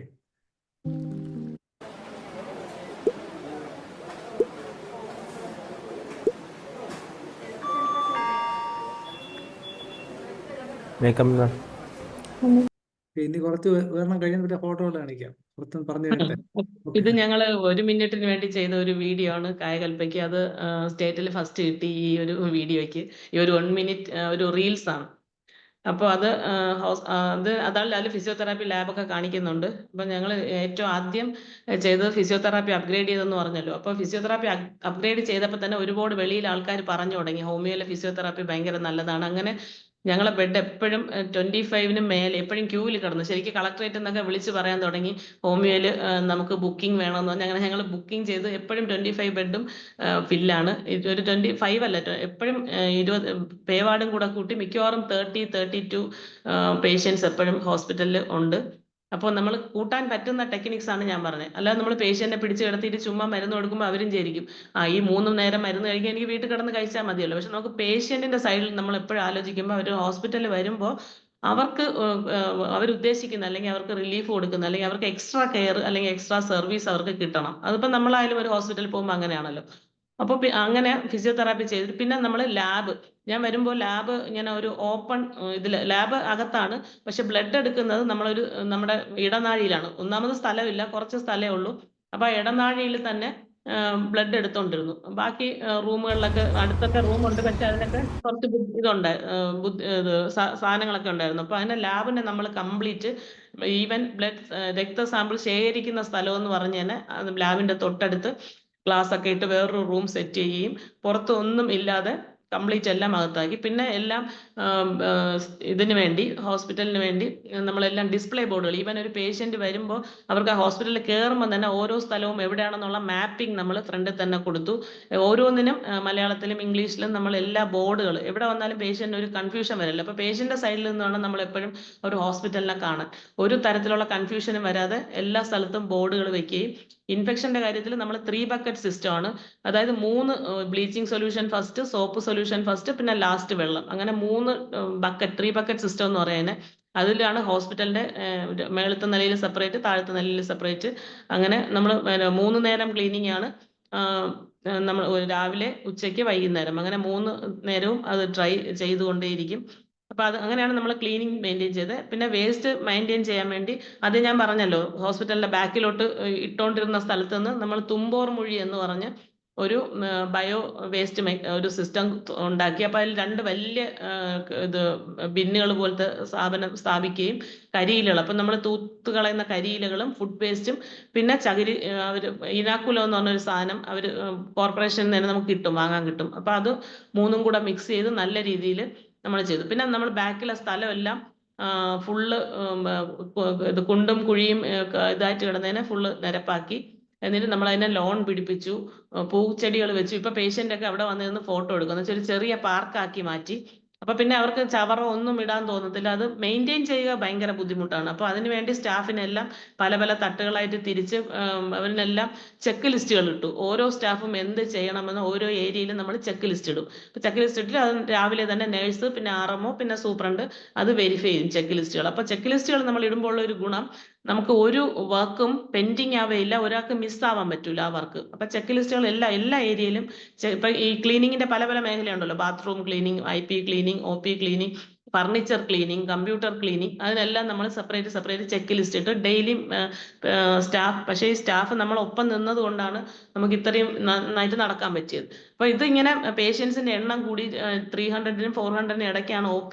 IP-യും ഓൾമോസ്റ്റ് ഇതാണ്. ആ സമയത്താണ് സർക്കാർ കായകൽപ്പ എന്നുള്ളൊരു അവാർഡ്, അതിനു മുന്നേ NABH പരിഗണിക്കുന്നത്. അപ്പൊ എല്ലാ ഡിസ്പെൻസറികൾ 2-3 വർഷം കൊണ്ട് NABH വരുന്നുണ്ട്, പക്ഷെ ഹോസ്പിറ്റലുകൾ വരുന്നില്ല. അപ്പൊ അവരാദ്യമായിട്ട് ജില്ലാ ഹോസ്പിറ്റലുകളാണ് എടുത്തത്. അതായത് എറണാകുളവും തൃശ്ശൂരുമാണ് നമ്മളെ ഏറ്റവും അഭിമാനകരമായ 2 ജില്ലാ ഹോസ്പിറ്റലുകൾ. അപ്പൊ ആ ജില്ലാ ഹോസ്പിറ്റലുകൾ ആദ്യം എടുത്തപ്പം അവർ നെയ്യാറ്റിൻകരയുടെ ഇപ്പൊ എയിംസ് ആണല്ലോ, അതുവഴി പേഷ്യന്റിന്റെ എണ്ണവും പിന്നെ ഇവിടുത്തെ സർവീസും കണ്ടിട്ട് നെയ്യാറ്റിൻകര താലൂക്ക് ഹോസ്പിറ്റലിനെ കൂടെ NABH-ന്റെ ഈ വർഷത്തെ അക്രഡിറ്റേഷനിൽ അവർ ചേർത്തു. അങ്ങനെ 3 ഹോസ്പിറ്റലാണ് ഇപ്പം NABH സെലക്റ്റഡ് ആയത്. അത് കഴിഞ്ഞ് വന്ന അവാർഡാണ് കായകൽപ്പ അവാർഡ്. അപ്പൊ കായകൽപ്പ അവാർഡ് ഇത് അലോപ്പതി മേഖലയിലാണ് ഉണ്ടായിരുന്നത്. ആദ്യമായിട്ടാണ് ആയുഷ് മേഖലയിലോട്ട് ഇപ്പോഴത്തെ സർക്കാർ കൊണ്ടുവന്നത്. ഫസ്റ്റ് ടൈം ആയിരുന്നു. അപ്പൊ അതിൽ നോക്കുന്നത് ഹൈ ക്വാളിറ്റി ഇൻഫെക്ഷൻ കൺട്രോൾ ആണ്, പിന്നെ ക്ലീനിനെസ് നോക്കും, പിന്നെ ആകെ മൊത്തത്തിലുള്ള സർവീസ്. അതിന് കുറെ ടൂൾസ് ഉണ്ട്, കുറെ സ്റ്റാൻഡേർഡ്സ് ഉണ്ട്. അപ്പൊ ആദ്യം ഫസ്റ്റ് സ്റ്റാൻഡേർഡ് നമ്മളെ ഹോസ്പിറ്റലിലോട്ട് വന്നപ്പോൾ, അപ്പൊ ഞാൻ സ്റ്റാഫിന്റെ അടുത്ത് എല്ലാം പറഞ്ഞു, പിന്നെ 3 മാസമേ ഉള്ളൂ നമുക്ക് കായകൽപ്പ അവാർഡിന്റെ ഫൈനലിലേക്ക് പോകാൻ. വന്നു കഴിഞ്ഞ് പിന്നെ 3 മാസം. അപ്പൊ നമ്മളെ ഫസ്റ്റ് സ്കോറിംഗ് നമ്മൾ വന്നപ്പോൾ നമുക്ക് 20% ഉള്ളൂ. അത് അത്ര ഹൈ പ്രൊഫൈലുള്ള ഒരു സ്റ്റാൻഡേർഡ്സ് ആണ് കായകൽപ്പയ്ക്കുള്ളത്. അപ്പൊ നമുക്ക് 50-ന് താഴെയായിരുന്നു സ്കോറിങ്, ആദ്യത്തെ ഫസ്റ്റ് സ്കോറിങ്. അപ്പൊ ഞാൻ ഫുള്ള് മീറ്റിംഗ് വിളിച്ചുകൂട്ടി എല്ലായിടത്തും ചോദിച്ചു, നമുക്ക് കായകൽപ്പയ്ക്ക് പോകണമെങ്കിൽ എല്ലാവരും ഹാർഡ് വർക്ക് ചെയ്തേ പറ്റുമോ, അതിന് നിൽക്കാൻ പറ്റുമോ എന്ന് ചോദിച്ചു. അപ്പൊ എല്ലാവരും ഒരേപോലെ വരുന്നു, നമുക്ക് ഒരുമിച്ച് അപ്പോഴത്തേനും നമുക്ക് ക്ലർക്ക് ഇല്ല, ക്ലീനിങ് സ്റ്റാഫ് ഇല്ല, പക്ഷെ ബാക്കി ക്ലർക്കിൽ നല്ല വർക്കുള്ള ഹോസ്പിറ്റലുമാണ്. അപ്പോൾ എല്ലാവരും നമുക്ക് നിൽക്കാന്ന് പറഞ്ഞു. അപ്പൊ അങ്ങനെ എല്ലാവരുടെയും ഡ്യൂട്ടി ടൈം മാറ്റി, എല്ലാവരുടെയും രാവിലെ 8 മണി തൊട്ട് 5 മണി വരെ, അതിന് എന്നെ സ്റ്റാഫിനെ സമ്മതിച്ചേ പറ്റൂ, ഒരാൾ പോലും എതിർത്ത് പറഞ്ഞില്ല. രാവിലെ 8 മണി തൊട്ട് 5 മണി വരെ എല്ലാവരും, കുറച്ചുപേര് നൈറ്റിൽ നിന്ന് വർക്ക് ചെയ്യും. അപ്പോൾ അങ്ങനെ നമ്മളൊരു പാറ്റേൺ വെച്ചു. പിന്നെ ആർക്കും ലീവ് 3 മാസത്തേന് എമർജൻസി അല്ലാതെ ഒരു ലീവും തരത്തില്ലെന്ന് പറഞ്ഞു. അതും അവർ സമ്മതിച്ചു. എന്നുവെച്ചാൽ അവർക്കും എല്ലാവർക്കും പിന്നെ ഒരു ഭയങ്കര ആവേശമായിരുന്നു, നമുക്ക് എങ്ങനെയെങ്കിലും നമുക്കറിയാം കേരളത്തിന്റെ ഏറ്റവും അറ്റത്ത് കിടക്കുന്ന ഒരു ചെറിയ ഹോസ്പിറ്റലാണ് നെയ്യാറ്റിൻകരയെ കുറിച്ച് എനിക്ക് തോന്നുന്നു വേറെ പുറത്തൊന്നും അറിയാനും സാധ്യതയില്ല. പക്ഷെ ഈ ഒരു ഒറ്റ അവാർഡ് കൊണ്ട് കേരളത്തിന്റെ മൊത്തം ഇത് മാറുകയും, മുനിസിപ്പാലിറ്റി തന്നെ ഇപ്പം ഏറ്റവും കൂടുതൽ പൊക്കി പറയുന്ന ഹോമിയോ ആശുപത്രിയാണ്. എവിടെ ചെന്നാലും ചെയർമാൻ ഏറ്റവും കൂടുതൽ പറയുന്ന ആ ഹോമിയോ ഹോസ്പിറ്റലിനെ കുറിച്ചാണ് ആദ്യം പറയുന്നത്. അതുപോലെ HMC പിന്നെ ഇപ്പൊ പറയുന്നത് നിങ്ങൾക്ക് ഇഷ്ടമുള്ള ഫണ്ട് എടുത്തോളൂ എന്ന് പറഞ്ഞു. ഞാൻ ചെല്ലുമ്പോൾ 6 ലക്ഷമായിരുന്നു, ഇപ്പൊ ഏകദേശം കായകൽപ്പയ്ക്ക് മുന്നേ 10 ലക്ഷമായി. അപ്പൊ പിന്നെ 10 ലക്ഷത്തിൽ നമുക്ക് ആവശ്യമുള്ള ഫണ്ട് എടുത്തോളാൻ പറഞ്ഞു. അതൊരു 5 ലക്ഷം വരെ നമ്മൾ കായകൽപ്പയ്ക്ക് വേണ്ടി ഹോസ്പിറ്റലിന്റെ കംപ്ലീറ്റ് ചെലവിന് വേണ്ടി എടുത്തു. അതിൽ 3 ലക്ഷം ഇപ്പൊ അവാർഡിന്റെ ഇനത്തിൽ നമുക്ക് തിരിച്ചു കിട്ടി. ആ വീഡിയോ നിൽക്കണം.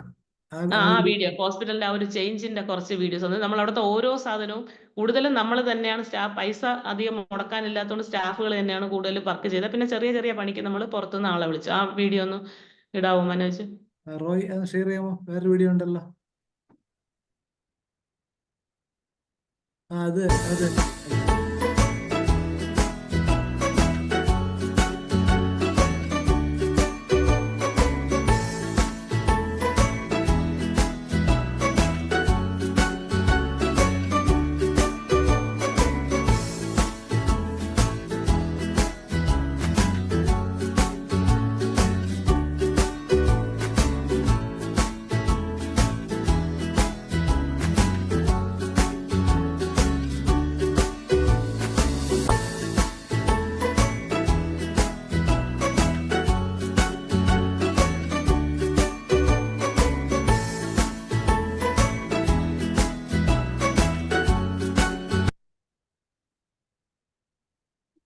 ഓക്കെ, തുറന്നോളൂ.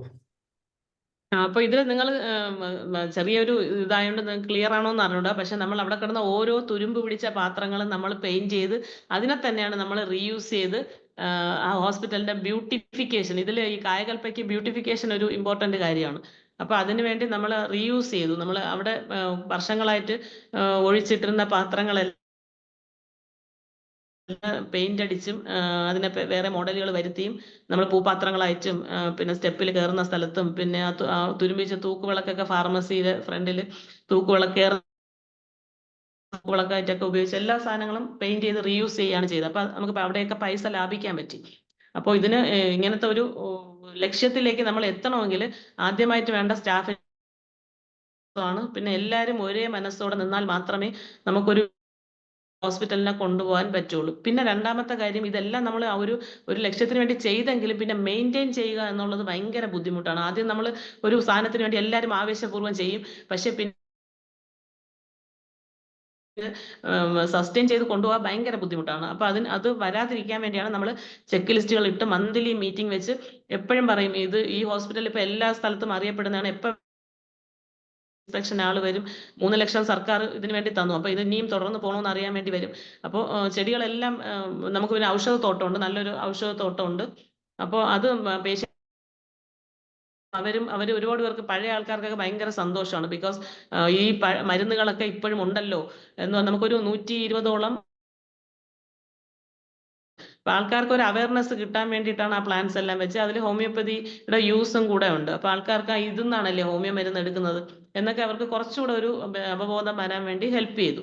പിന്നെ ചെടികൾ എല്ലാം വെച്ചു. പിന്നെ ഫാർമസിയിലായാലും ഡോക്ടേഴ്സിന്റെ അടുത്തായാലും ഒരു പേഷ്യന്റ് വരുമ്പോൾ ആ ഒരു ക്വാളിറ്റി നമ്മൾ മെയിൻറ്റെയിൻ ചെയ്യുന്നുണ്ട്. അത് എത്ര ടൈമിനുള്ളിൽ ഒരു പേഷ്യന്റ് സർവീസ് കിട്ടുന്നുണ്ട്, രജിസ്ട്രേഷൻ എത്ര. ഇപ്പൊ ഭയങ്കര തിരക്കായപ്പോൾ പേഷ്യൻസിന്റെ ഭാഗത്ത് പേഷ്യന്റ് സാറ്റിസ്ഫാക്ഷൻ നമ്മൾ ഇടയ്ക്കിടയ്ക്ക് ക്വസ്റ്റ്യനർ കൊടുക്കും, അവർക്ക് തന്നെ കൊടുക്കും. നിങ്ങളുടെ നിർദ്ദേശങ്ങളും രജിസ്റ്ററും വെച്ചിട്ടുണ്ട്, പരാതി ഇതും വെച്ചിട്ടുണ്ട്. പിന്നെ നമ്മൾ നേരിട്ട് തന്നെ ഇടയ്ക്കിടയ്ക്ക് പേഷ്യൻസുമായിട്ട് സംവാദിക്കും. പിന്നെ ഈ പേഷ്യൻസിന്റെ OP സെറ്റപ്പിൽ തന്നെ ഇരുത്തിയിട്ട് നമ്മൾ എല്ലാ ഡേയ്സും നമ്മൾ ഹെൽത്ത് റിലേറ്റഡ് എല്ലാ ഡേയ്സും നമ്മൾ ക്ലാസ് എടുത്ത് അവർക്ക് കുറച്ച് അവയർനെസ് കൊടുക്കും. ഇപ്പം മുലയൂട്ടൽ വാരത്തിൽ ആ സമയത്തെല്ലാം പേഷ്യൻസിന് എങ്ങനെയാണ് അതിനെക്കുറിച്ച്. പിന്നെ നമ്മുടെ physiotherapy day, mental health day, cancer day, അങ്ങനെ ഇപ്പൊ നമുക്ക് എല്ലാത്തിനും ഡേയ്സ് ഉണ്ടല്ലോ.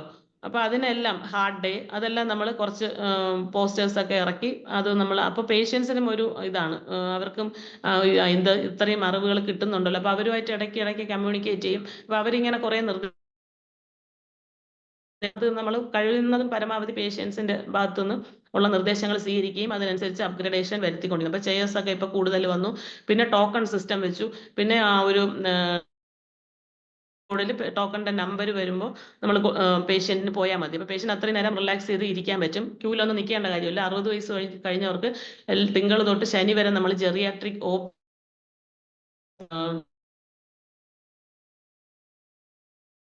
ബെനിഫിറ്റ് കിട്ടുന്ന കാര്യങ്ങളും കൂടെ ഇതിൻ്റെ ഇടയ്ക്ക് ചെയ്യുന്നുണ്ട്. അവർക്ക് ക്യാമ്പ് ഇടയ്ക്കിടയ്ക്ക് വെക്കുന്നുണ്ട്, പുറത്ത് ക്യാമ്പ് എടുക്കുന്നുണ്ട്, സ്കൂളുകളിലെല്ലാം പോയി ക്ലാസ് എടുക്കുന്നുണ്ട്. നിയർ ബൈ ആയിട്ടുള്ള ഒരു 4 ഹൈസ്കൂളിനെ എടുത്തിട്ട് അവിടെ 9, 10 ആദ്യത്തെ വർഷം എടുത്തിരുന്നു. തൈറോയിഡ് നമ്മളൊരു ക്ലിനിക്ക് അവിടെ പോയി ആ കുട്ടികളുടെ ബ്ലഡ് നമ്മളൊരു ക്വസ്റ്റ്യനെയർ കൊടുക്കും. അപ്പൊ അതിൽ വരുന്ന ആ ഒരു ക്രൈറ്റീരിയ ഫുൾഫിൽ ചെയ്യുന്ന കുട്ടികളുടെ എല്ലാം ബ്ലഡ് പരിശോധിച്ച് തൈറോയിഡ് പരിശോധന നടത്തും. എന്നിട്ട് അവിടുത്തെ കുട്ടികളെ നമ്മൾ ഇങ്ങോട്ട് ഹോസ്പിറ്റൽ, ഇതെല്ലാം ഞാൻ പറയാൻ കാരണം ഇങ്ങനെയൊക്കെയാണ് നമ്മളൊരു ഹോസ്പിറ്റലിലേക്ക് ആൾക്കാരുടെ എണ്ണം കൂട്ടുന്നത്. പിന്നെ ലോക്കൽ ഏരിയകളിലെല്ലാം ക്യാമ്പ് നടത്തും.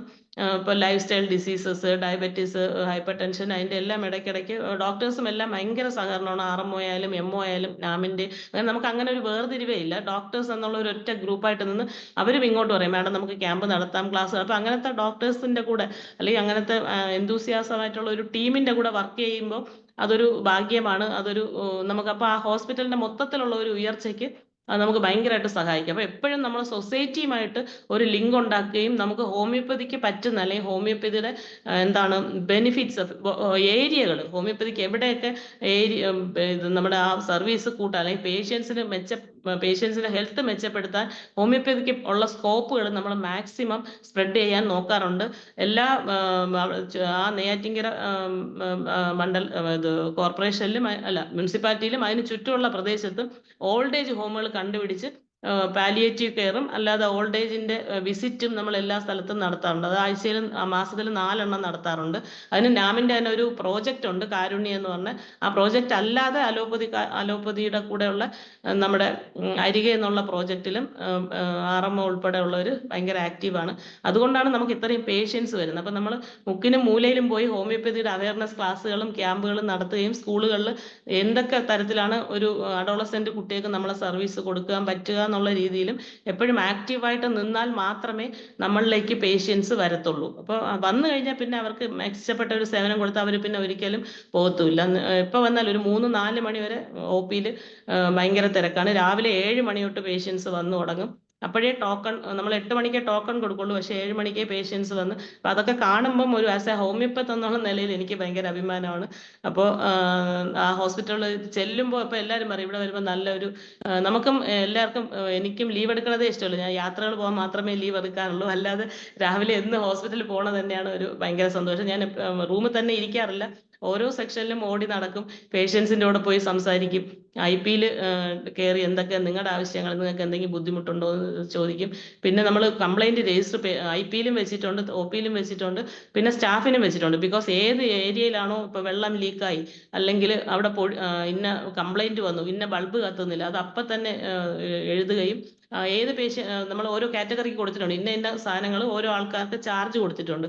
അപ്പോൾ അവർ ആ ഓൺ ദ സ്പോട്ട് തന്നെ പിന്നെ ആ കംപ്ലൈൻറ്റ് ബോക്സിൽ എഴുതുകയും അത് അപ്പം തന്നെ ആ ഒരു ഡേ തന്നെ അത് പരിഹരിക്കാൻ നമ്മൾ ആ ഒരു ഇതനുസരിച്ച് അതിൻ്റെ പ്രയോറിറ്റി അനുസരിച്ച് മാക്സിമം പരിഹരിക്കാൻ ശ്രമിക്കാറുണ്ട്. അപ്പം നമ്മൾ നല്ല രീതിയിൽ ഒരു സർവീസ് ആൾക്കാർക്ക് കൊടുത്താൽ മാത്രമേ അവരും നമ്മളടുത്തോട്ട് വരികയും, പ്രത്യേകിച്ച് ക്ലീൻനെസ്സിൻ്റെ കാര്യത്തിൽ, പിന്നെ ക്വാളിറ്റിയുടെ കാര്യത്തിൽ, പിന്നെ നമ്മൾ മെഡിസിൻ കൊടുക്കുന്നത് പേഷ്യൻസിൻ്റെ അപ്രോച്ച് ഇപ്പം നമുക്കെല്ലാം കമ്പ്യൂട്ടറൈസ്ഡ് ആണ്. ആദ്യം നമുക്കൊരു ഇത്രയും പേഷ്യൻസിനെ വെച്ച് നമുക്ക് ഈ കമ്പ്യൂട്ടർ എയിംസ് വഴി നമുക്ക് പറ്റുമോ എന്നുള്ള ഭയങ്കര ശങ്കയുണ്ടായിരുന്നു. ഏറ്റവും ലാസ്റ്റിലാണ് നെയ്യാറ്റിൻകര ഹോസ്പിറ്റൽ തുടങ്ങിയതെന്ന് വെച്ചാൽ ഇത്രയും പേഷ്യൻസ് വരുന്ന ഒരു സ്ഥലത്ത്. പക്ഷേ അത് തുടങ്ങിക്കഴിഞ്ഞപ്പോൾ വളരെ നന്നായിട്ട് നമുക്കത് മാനേജ് ചെയ്യാൻ പറ്റുന്നുണ്ട്. അപ്പോൾ ഇതൊക്കെ എന്തെങ്കിലും സംശയം ഉണ്ടെങ്കിൽ നിങ്ങൾക്ക് ചോദിക്കാം. ഇതെല്ലാം ഭയങ്കര വെല്ലുവിളികൾ നിറഞ്ഞൊരു ഞാൻ പറഞ്ഞില്ലേ, സ്റ്റാഫിൻ്റെ എണ്ണം ഭയങ്കര കുറവായിരുന്നു. ഇപ്പോൾ പക്ഷേ എല്ലാ സ്റ്റാഫും ഒരുവിധം ഉണ്ട്. ഇപ്പോൾ ഫിസിയോതെറാപ്പിസ്റ്റ് മാത്രം, പക്ഷെ അതിന് പകരം 3 ദിവസം ആൾ വരുന്നുണ്ട്. അത് ഇന്ന് ഞാൻ DMO അറിയിച്ചിട്ടുണ്ട്. അത് ബാക്കി എല്ലാ സ്റ്റാഫും എല്ലാവരും വളരെ ഉഷാറായിട്ടുണ്ട്. ഇനി നമുക്ക് കുറച്ച് അടുത്ത ഗ്രേഡിലോട്ട് കുറേ കാര്യങ്ങളും കൂടെ ഇനി ചെയ്യാനുണ്ട്. ഓരോ പ്രാവശ്യവും നമ്മൾ ഇപ്പോൾ NABH-ൻ്റെ ഒരു 86 ലക്ഷം രൂപ സർക്കാർ അനുവദിച്ചിട്ടുണ്ട്. പക്ഷെ അത് ഫണ്ട് വന്നില്ല. അത് വരുമ്പം ഹോസ്പിറ്റൽ ഫിസിയോതെറാപ്പി കംപ്ലീറ്റ് AC ആക്കാനും കുറേ റൂമുകൾ AC ആക്കാനൊക്കെയാണ് പ്ലാൻ. അപ്പോൾ കുറച്ച് ഫുള്ള് ചുമരുകളെല്ലാം ഒന്നുകൂടെ റീപെയിൻറ്റ് ചെയ്ത് ഒന്നുകൂടെ വാൾ ഇതൊക്കെ ചെയ്ത് ഏറ്റവും നല്ല രീതിയിൽ പേഷ്യൻസിന് വെളിയിൽ നിന്ന് കാണുമ്പം തന്നെ കുറച്ചുകൂടെ ഒരു ഭംഗിയായിട്ട്. പിന്നെ റാമ്പാണ് എനിക്ക് ഏറ്റവും വിഷമമുള്ള കാര്യം. അതായത് 2ാമത്തെ നിലയിൽ നിന്ന് സ്റ്റെപ്പ് ഇറങ്ങി പേഷ്യൻസ് താഴെ ഫിസിയോതെറാപ്പി ചെയ്യാൻ വരുന്ന ഭയങ്കര ബുദ്ധിമുട്ടാണ്. അത് എപ്പോഴും പേഷ്യൻസിൻ്റെ ഭാഗത്തു നിന്നുള്ള കംപ്ലൈൻറ്റിൽ ഏറ്റവും മുന്നിട്ട് നിൽക്കുന്ന അതാണ്. പല സ്ഥലത്ത് അറിയിച്ചു. ഇപ്പോൾ അതിനും ഫണ്ട് വന്നിട്ടുണ്ട്. വിത്തിൻ ഒരു 6 മാസത്തിനകം നമുക്ക് റാമ്പും കൂടെ വന്നു കഴിഞ്ഞാൽ ആ ഹോസ്പിറ്റലിൽ ഒരുവിധം നല്ല രീതിയിൽ പേഷ്യൻസ് സർവീസ് കൊടുക്കാൻ പറ്റും. അപ്പം എന്തെങ്കിലും ഹോസ്പിറ്റലിനെ കുറിച്ചുള്ള സംശയമോ അല്ലെങ്കിൽ ഏതെങ്കിലും രീതിയിലുള്ള സംശയം ഉണ്ടെങ്കിൽ ചോദിക്കാം. ഓക്കെ, എന്തായാലും വളരെ നന്നായി. അതായത് ഇവിടമാണ് ഈശ്വര സന്നിധാനം, ഇടറുന്ന മനസ്സുകൾക്ക് അഭയസ്ഥാനം എന്ന് കാണുന്നവർക്ക് തോന്നണം. ഡോക്ടർ ബിന്ദു വളരെ വിജയിച്ചു. ഇപ്പൊ അവസാനം പറഞ്ഞ റാമ്പിന്റെ അടുത്ത് എനിക്ക് ലിഫ്റ്റാണ് നമുക്ക് ആവശ്യം. അതിന് ഏതെങ്കിലും രീതിയിൽ വഴി ഉണ്ടാക്കാൻ തീർച്ചയായിട്ടും പറ്റും. കാരണം ഇന്നത്തെ ടൈംസ് ഓഫ് ഇന്ത്യയിൽ CSR ഫണ്ട് പോലുള്ള സ്ഥാപനങ്ങളുടെ പേരൊക്കെ ഉണ്ടായിരുന്നു, എത്ര കൊടുക്കുന്നുണ്ട്. അപ്പൊ ഇത്തരം കാര്യങ്ങളിലും കൂടെ നമ്മൾ അവെയർ ആവുകയും അതിന് സ്വാധീനമുള്ള ആൾക്കാരെ ഉപയോഗിക്കുകയും ചെയ്യാൻ തീർച്ചയായിട്ടും വലിയൊരു ആ രീതിയിൽ ഫണ്ട് വരികയും നമുക്ക് ലിഫ്റ്റും ഒരുപാട് കാര്യം ചെയ്യാൻ പറ്റും. എന്തെങ്കിലും സംശയങ്ങളുണ്ടെങ്കിൽ ചോദിക്കാൻ തീർച്ചയായിട്ടും ഇതൊരു പുതിയ തുടക്കമാണ്. കാരണം ഡിപ്പാർട്ട്മെന്റ് എന്തെല്ലാം തരത്തിലുള്ള വർക്ക് ചെയ്യുന്നുള്ളത് പുറം ലോകം അറിഞ്ഞിരിക്കണം. ഇസ്മായിൽ സൈഡ് സാർ ഉണ്ടെന്ന് തോന്നുന്നു. സാറേ, സൈഡ് സാർ എന്ത് തോന്നുന്നു ഇത് കേട്ടിട്ട്? ഇസ്മായിൽ സൈഡ് സാറ് സ്വന്തമായിട്ട് ആശുപത്രി നടത്തുന്ന ഒരാളാണ്. വളരെ സന്തോഷമായിട്ട് തോന്നുന്നു കേട്ടോ. ഓക്കെ, ഡോക്ടർ ബിന്ദു അല്ലേ? ബിന്ദു സാർ. കുമാരി ബിന്ദു. അപ്പം നന്നായിട്ടുണ്ട് കേട്ടോ. ഈ പ്രായത്തിൽ നിങ്ങൾ സുൽത്താൻ ചെയ്യുന്നതിൽ വളരെ അഭിമാനമുണ്ട്. ഞാനും എൻ്റെ നല്ല സമയത്ത് ഇതൊക്കെ ചെയ്തിട്ടുള്ള ആളാണ്. നമ്മുടെ കഞ്ഞിക്കുഴിയിൽ, ആലപ്പുഴ കഞ്ഞിക്കുഴിയിൽ ആദ്യമായിട്ടൊരു നല്ല 5 സ്റ്റാർ ബിൽഡിംഗ് വരെ ഉണ്ടാക്കിയിട്ടുണ്ടായിരുന്നു. അവിടെ സുശീല മുതലാളിയുടെ സഹായത്തോടുകൂടി. നല്ല ചോദിച്ചിട്ടുണ്ടായിരുന്നു. മലയാളിക്കുളത്താണെങ്കിൽ അങ്ങനെയാണ്. അതിനുശേഷമാണ് മലയാളിക്കുളത്താണ് കോളേജായിട്ട് വന്നത്. ഞാൻ കോളേജ് വന്ന് പിന്നെ ഡിസ്പെൻസറിയുടെ കാര്യം വിട്ടുപോയി. ഞാൻ ആകെ ഡിസ്പെൻസറി വർക്ക് ചെയ്ത് 5 കൊല്ലം മാത്രമാണ്. 6ാം കൊല്ലം മുതലാണ് കോളേജിൽ വർക്ക് ചെയ്ത് തുടങ്ങിയത്. അപ്പോൾ എൻ്റെ ഒരു സ്വപ്നം കൂടിയായിരുന്നു. ഞാൻ ആദ്യമായിട്ട് വട്ടവടയിലാണ് ജോലി ചെയ്തത്. വട്ടവടയിൽ വെച്ചാൽ ഒരു ഓണംകട മൂലയാണ്, കാട്ടിൻ്റെ നടുക്ക. മൂന്നാർ പോയിട്ട് ടോപ്പ് സ്റ്റേഷനിൽ പോയിട്ട് അവിടുന്ന് 17 കിലോമീറ്റർ താഴോട്ട് പോകണം, നടന്നു പോകണം. അവിടെയാണ് ആദ്യത്തെ പോസ്റ്റിംഗ് കിട്ടിയത്. എന്നാൽ ഞാൻ നല്ലോണം ആത്മാർത്ഥ വർക്ക് ചെയ്യുമായിരുന്നു. അന്ന് മിക്കവാറും അവിടെ ഹോസ്പിറ്റലിൽ ഞാൻ പോകുമായിരുന്നു, എല്ലാ കാര്യങ്ങളും ചെയ്യുമായിരുന്നു, കാര്യങ്ങളെല്ലാം. അപ്പം ഇങ്ങനെ വർക്ക് ചെയ്യുന്ന ഒരാളെ വളരെ കാണുമ്പോഴേ വളരെ സന്തോഷമുണ്ട്. ഒരുപാട് കാര്യങ്ങൾ ഡോക്ടർ ചെയ്തതായിട്ട് കാണുന്നുണ്ട്. ലിഫ്റ്റ് വേണം, മറ്റേ റാമിനേക്കാൾ നല്ല ലിഫ്റ്റാണ് കേട്ടോ. ഒരു ബെഡുള്ള ലിഫ്റ്റ് ഉണ്ടാക്കാൻ വേണ്ടി 15 രൂപ 16 രൂപ ആവുള്ളൂ. ലക്ഷമാണേ. 15 രൂപ 16 ലക്ഷം ഉണ്ടെങ്കിൽ ലിഫ്റ്റിന് കൊടുത്തിട്ടുണ്ടായിരുന്നു. അപ്പൊ ലിഫ്റ്റിന് 3 നിലയെങ്കിലും വേണം. 3 നില ഉണ്ടെങ്കിലേ ലിഫ്റ്റ് സാങ്ഷൻ ആവുള്ളൂ. അതെല്ലാം ആദ്യം കൊടുത്തതായിരുന്നു അതിന്റെ ഒരു. ശരിയാണ്, അത് പറഞ്ഞാൽ കണ്ടു. അവൾ പറഞ്ഞ് മനസ്സിലാക്കേണ്ടത്, ഈ ലിഫ്റ്റിൽ വരുന്ന പേഷ്യൻ്റ് ഇങ്ങനെ ഫിസിയോതെറാപ്പി വരുന്ന രോഗികൾക്ക് ബുദ്ധിമുട്ടായതുകൊണ്ട് ഉണ്ടാക്കുന്നതാണ്. 2 റൂമിൽ ഉണ്ടാക്കാൻ വളരെ സ്പെഷ്യൽ സാങ്ഷൻ മാറ്റാൻ മതി. നോക്ക്, ശ്രമിച്ചു നോക്ക് കേട്ടോ. ഇന്നാരാ ഡയറക്ടർ ആരാണ് ഇപ്പോഴത്തെ? ഇപ്പോ ബീന ഡോക്ടർ. ബീനയാണല്ലേ? വർക്ക് ചെയ്യുന്ന നല്ല വർക്ക് ചെയ്യുന്ന കുട്ടിയാ. പറഞ്ഞ തമ്മിൽ സംസാരിച്ചിട്ട് വേണ്ടപ്പോൾ ചെയ്താലേ 2 നിലയിൽ ലിഫ്റ്റ് ഉണ്ടാക്കാൻ അനുവാദം കിട്ടും. ഇത്രയുള്ള കാര്യം ചെയ്യുമ്പോഴേ ഒരു സ്പെഷ്യൽ ഓർഡറായിട്ട് വാങ്ങാം. മന്ത്രിയെ കണ്ടാലും മതി. ടിക്കറ്റിലേക്ക് കണ്ടാൽ മന്ത്രിയെ കാണാൻ കുറച്ച് ഓടണം. അങ്ങനെ നടക്കുള്ളൂ. ഞാൻ എൻ്റെ ഹോസ്പിറ്റലുകളിലും കോളേജാണെങ്കിലും ഹോസ്പിറ്റലാണെങ്കിലും ഞാൻ എല്ലായിടത്തും ഓടി ഓടുന്ന ചെയ്തു വരുന്ന ആളാണ്. അപ്പം അതുപോലെ ഒരാളെ കെട്ടി കണ്ടപ്പോൾ സന്തോഷമുണ്ട്.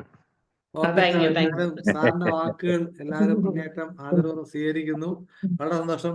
ഷൈല ഡോക്ടറെ, NAB അക്രഡിറ്റേഷനൊക്കെ വാങ്ങിച്ച ഡോക്ടർ, ISO അല്ലേ ഡോക്ടർ? എന്താ ക്യാഷ് അക്രഡിറ്റേഷൻ? അതെ അതെ, ഓക്കെ. ഞാൻ സേട്ട് സാറ് പറഞ്ഞപ്പോഴത്തേക്ക് സാറിന്റെ സ്ഥാപനം ഇതുപോലെയൊക്കെ ആണോ, അതെ ഇത് കേട്ടപ്പോ അങ്ങനെ ചെയ്താൽ കൊള്ളാമെന്നുണ്ടോ എന്നുള്ളത് സാറ് പറഞ്ഞില്ല. അതുകൂടെ പറയുമെന്ന് പ്രതീക്ഷിച്ചു. ഏറെക്കുറെയൊക്കെ ഉണ്ട്, പോരാതെ. ഞാനൊരു പുതിയ ബിൽഡിംഗ് എടുക്കാനുള്ള ശ്രമത്തിനാണ് ഇപ്പോൾ. 10-20 സെന്റ് 25 സെന്റോളം വാങ്ങിച്ചിട്ട് അടുത്ത എവിടെയെങ്കിലും ഇപ്പോഴത്തെ വാടക കെട്ടിടമാണോ അത്, ഇനി അടുത്തുള്ള സ്ഥലം കിട്ടില്ല. പള്ളിയെടുത്ത് അവിടെ കിട്ടാൻ പ്രയാസമാണ്. കുറച്ച് അങ്ങോട്ട് മാറിയിട്ട് ഒരു 25 സെന്റ് വാങ്ങുകയാണെങ്കിൽ നല്ലൊരു ബിൽഡിംഗ് ഉണ്ടാക്കി കൊണ്ടുപോയിട്ടുണ്ട്. അതുവരെയൊക്കെ ഇവിടെ തന്നെ വർക്ക് ചെയ്യാനുള്ളതുണ്ട്. പിന്നെ സ്വപ്നത്തിലുള്ള ബിൽഡിങ്ങും കാര്യങ്ങളൊക്കെ വ്യത്യാസമാണ്. ഓക്കെ സാറേ, സന്തോഷം. Okay. Doctor Kumari S Bindu, നേരത്തെ തിരുവനന്തപുരം ജില്ല സീതാലയത്തിന്റെ സ്റ്റേറ്റ് കോർഡിനേറ്റർ, ഇപ്പോഴും നെയ്യാറ്റിൻകര ഹോസ്പിറ്റലിന്റെ സൂപ്രണ്ട്, ലീഡർ ഒക്കെ ആയി ഇപ്പോ പ്രവർത്തിക്കുന്നത് അറിഞ്ഞാൽ വളരെ സന്തോഷം. എന്തായാലും ഇത്രയും കാര്യങ്ങളെല്ലാം ഡോക്ടർ ചെയ്യാൻ കഴിഞ്ഞു. ഇതൊക്കെ കേട്ടപ്പോൾ ഞാനും അതിന്റെ ഈ ക്യാഷ് അക്രഡിറ്റേഷൻ കല്ലുവാതുക്കൽ സ്ഥാപനത്തിന് വേണ്ടി പ്രവർത്തിച്ച ആളുകൂടിയാണ് ഞാൻ. അപ്പൊ അതെല്ലാം ഞാനും ഇങ്ങനെ ഓർക്കുകയായിരുന്നു. അതിലൊരു ചെറിയ എനിക്ക് തോന്നിയത് ഡോക്ടർ ആ വീഡിയോ ഒന്നും കൂടെ ഓരോ പാർട്ടായിട്ട് നമ്മൾ സാധാരണ ഈ ക്യാഷ് അക്രഡിറ്റേഷൻ കിട്ടുമ്പോൾ അയച്ചു കൊടുക്കാൻ വേണ്ടി വീഡിയോ നല്ല വിശാലമായിട്ട് ഓരോ സ്ഥലവും നല്ല ഇതായിട്ട് എടുക്കുമല്ലോ. അങ്ങനത്തെ വീഡിയോ ആയിരുന്നെങ്കിൽ നമുക്ക് കുറച്ചും കൂടെ അതൊക്കെ കണ്ടെന്ന് സന്തോഷിക്കാമായിരുന്നു. ലാപ്പിന് കുറച്ച് കംപ്ലൈന്റ് ആയി, അത് ഇടണമെന്ന് തന്നെ വിചാരിച്ചത്. അപ്പോഴത്തേനും ലാപ്പിന് കുറച്ച് ഇഷ്യൂ വന്നു. ഇനി അത് അവസരത്തില് ഇത് NABH കൂടെ കിട്ടിയിട്ട് ഇപ്പൊ ഒരു 6 മാസത്തിനകം അത് ശരിയാവുമല്ലോ. അപ്പൊ അത് ഫുൾ വീഡിയോ കാണിക്കുന്നതായിരിക്കും. ഓക്കെ, സന്തോഷം. പിന്നെ ഈ നെയ്യാറ്റിൻകര ഹോസ്പിറ്റലിൽ ഞാൻ തിരുവനന്തപുരം ജില്ലയിൽ ജോലി ചെയ്യുമ്പോൾ എന്നും ഒരു പ്രശ്നമുള്ള സ്ഥാപനമായിരുന്നു എന്ന് തോന്നുന്നു. പണ്ട് കിട്ടൂല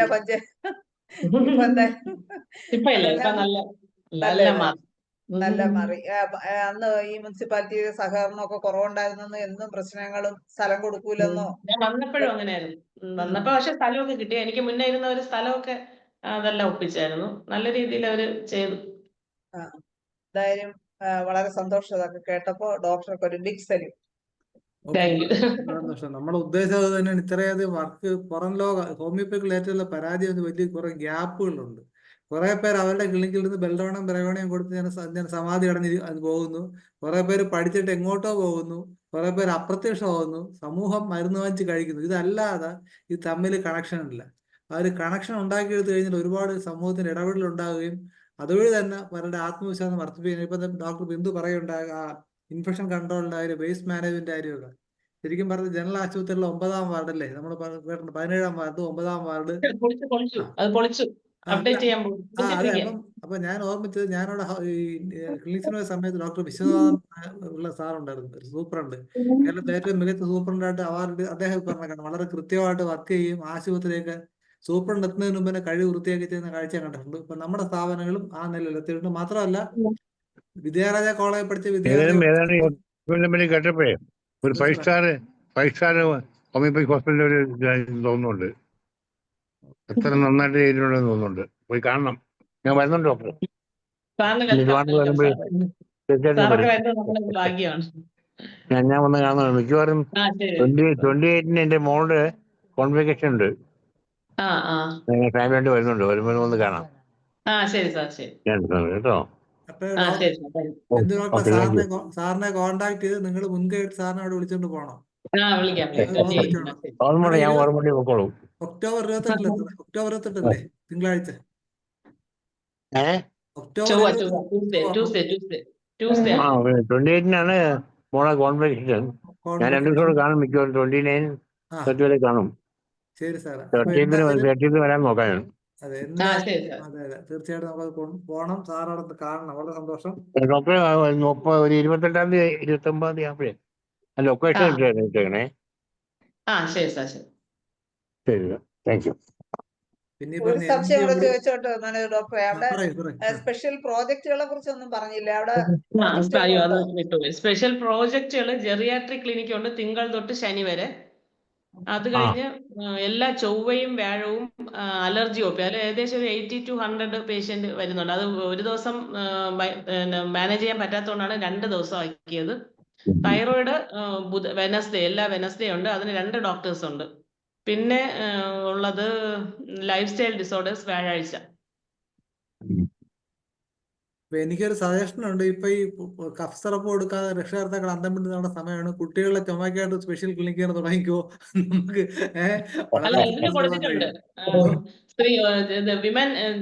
സ്ത്രീകൾക്ക് വേണ്ടിയുള്ളതിനും പീഡിയാട്രിക്കും കൊടുത്തിട്ടുണ്ട് സാങ്ഷൻ കിട്ടാൻ. അല്ല, ഈ ഒരു വാക്ക് തന്നെ പ്രയോഗിച്ചാൽ മതി. കുട്ടികളുടെ ചുമക്ക് പ്രത്യേക ക്ലിനിക്ക് എന്ന് പറഞ്ഞാൽ അത് തന്നെ പ്രത്യേക ക്യാച്ചിങ്. കാരണം ഈ സംതിങ് സ്പെഷ്യൽ ആണ് എല്ലാവർക്കും വേണ്ടത്. സാധാരണ ഒന്നും പോരാ. അതാണ് കുഴപ്പം. ശരി, ദയവായിട്ട് ഇനി ആരെങ്കിലും ഡോക്ടർ ബിന്ദുവായിട്ട് സംസാരിക്കാൻ അല്ലെങ്കിൽ ഒരു അപ്രീസിയേഷൻ കൊടുക്കാൻ തീർച്ചയായിട്ടും കൊടുക്കണം.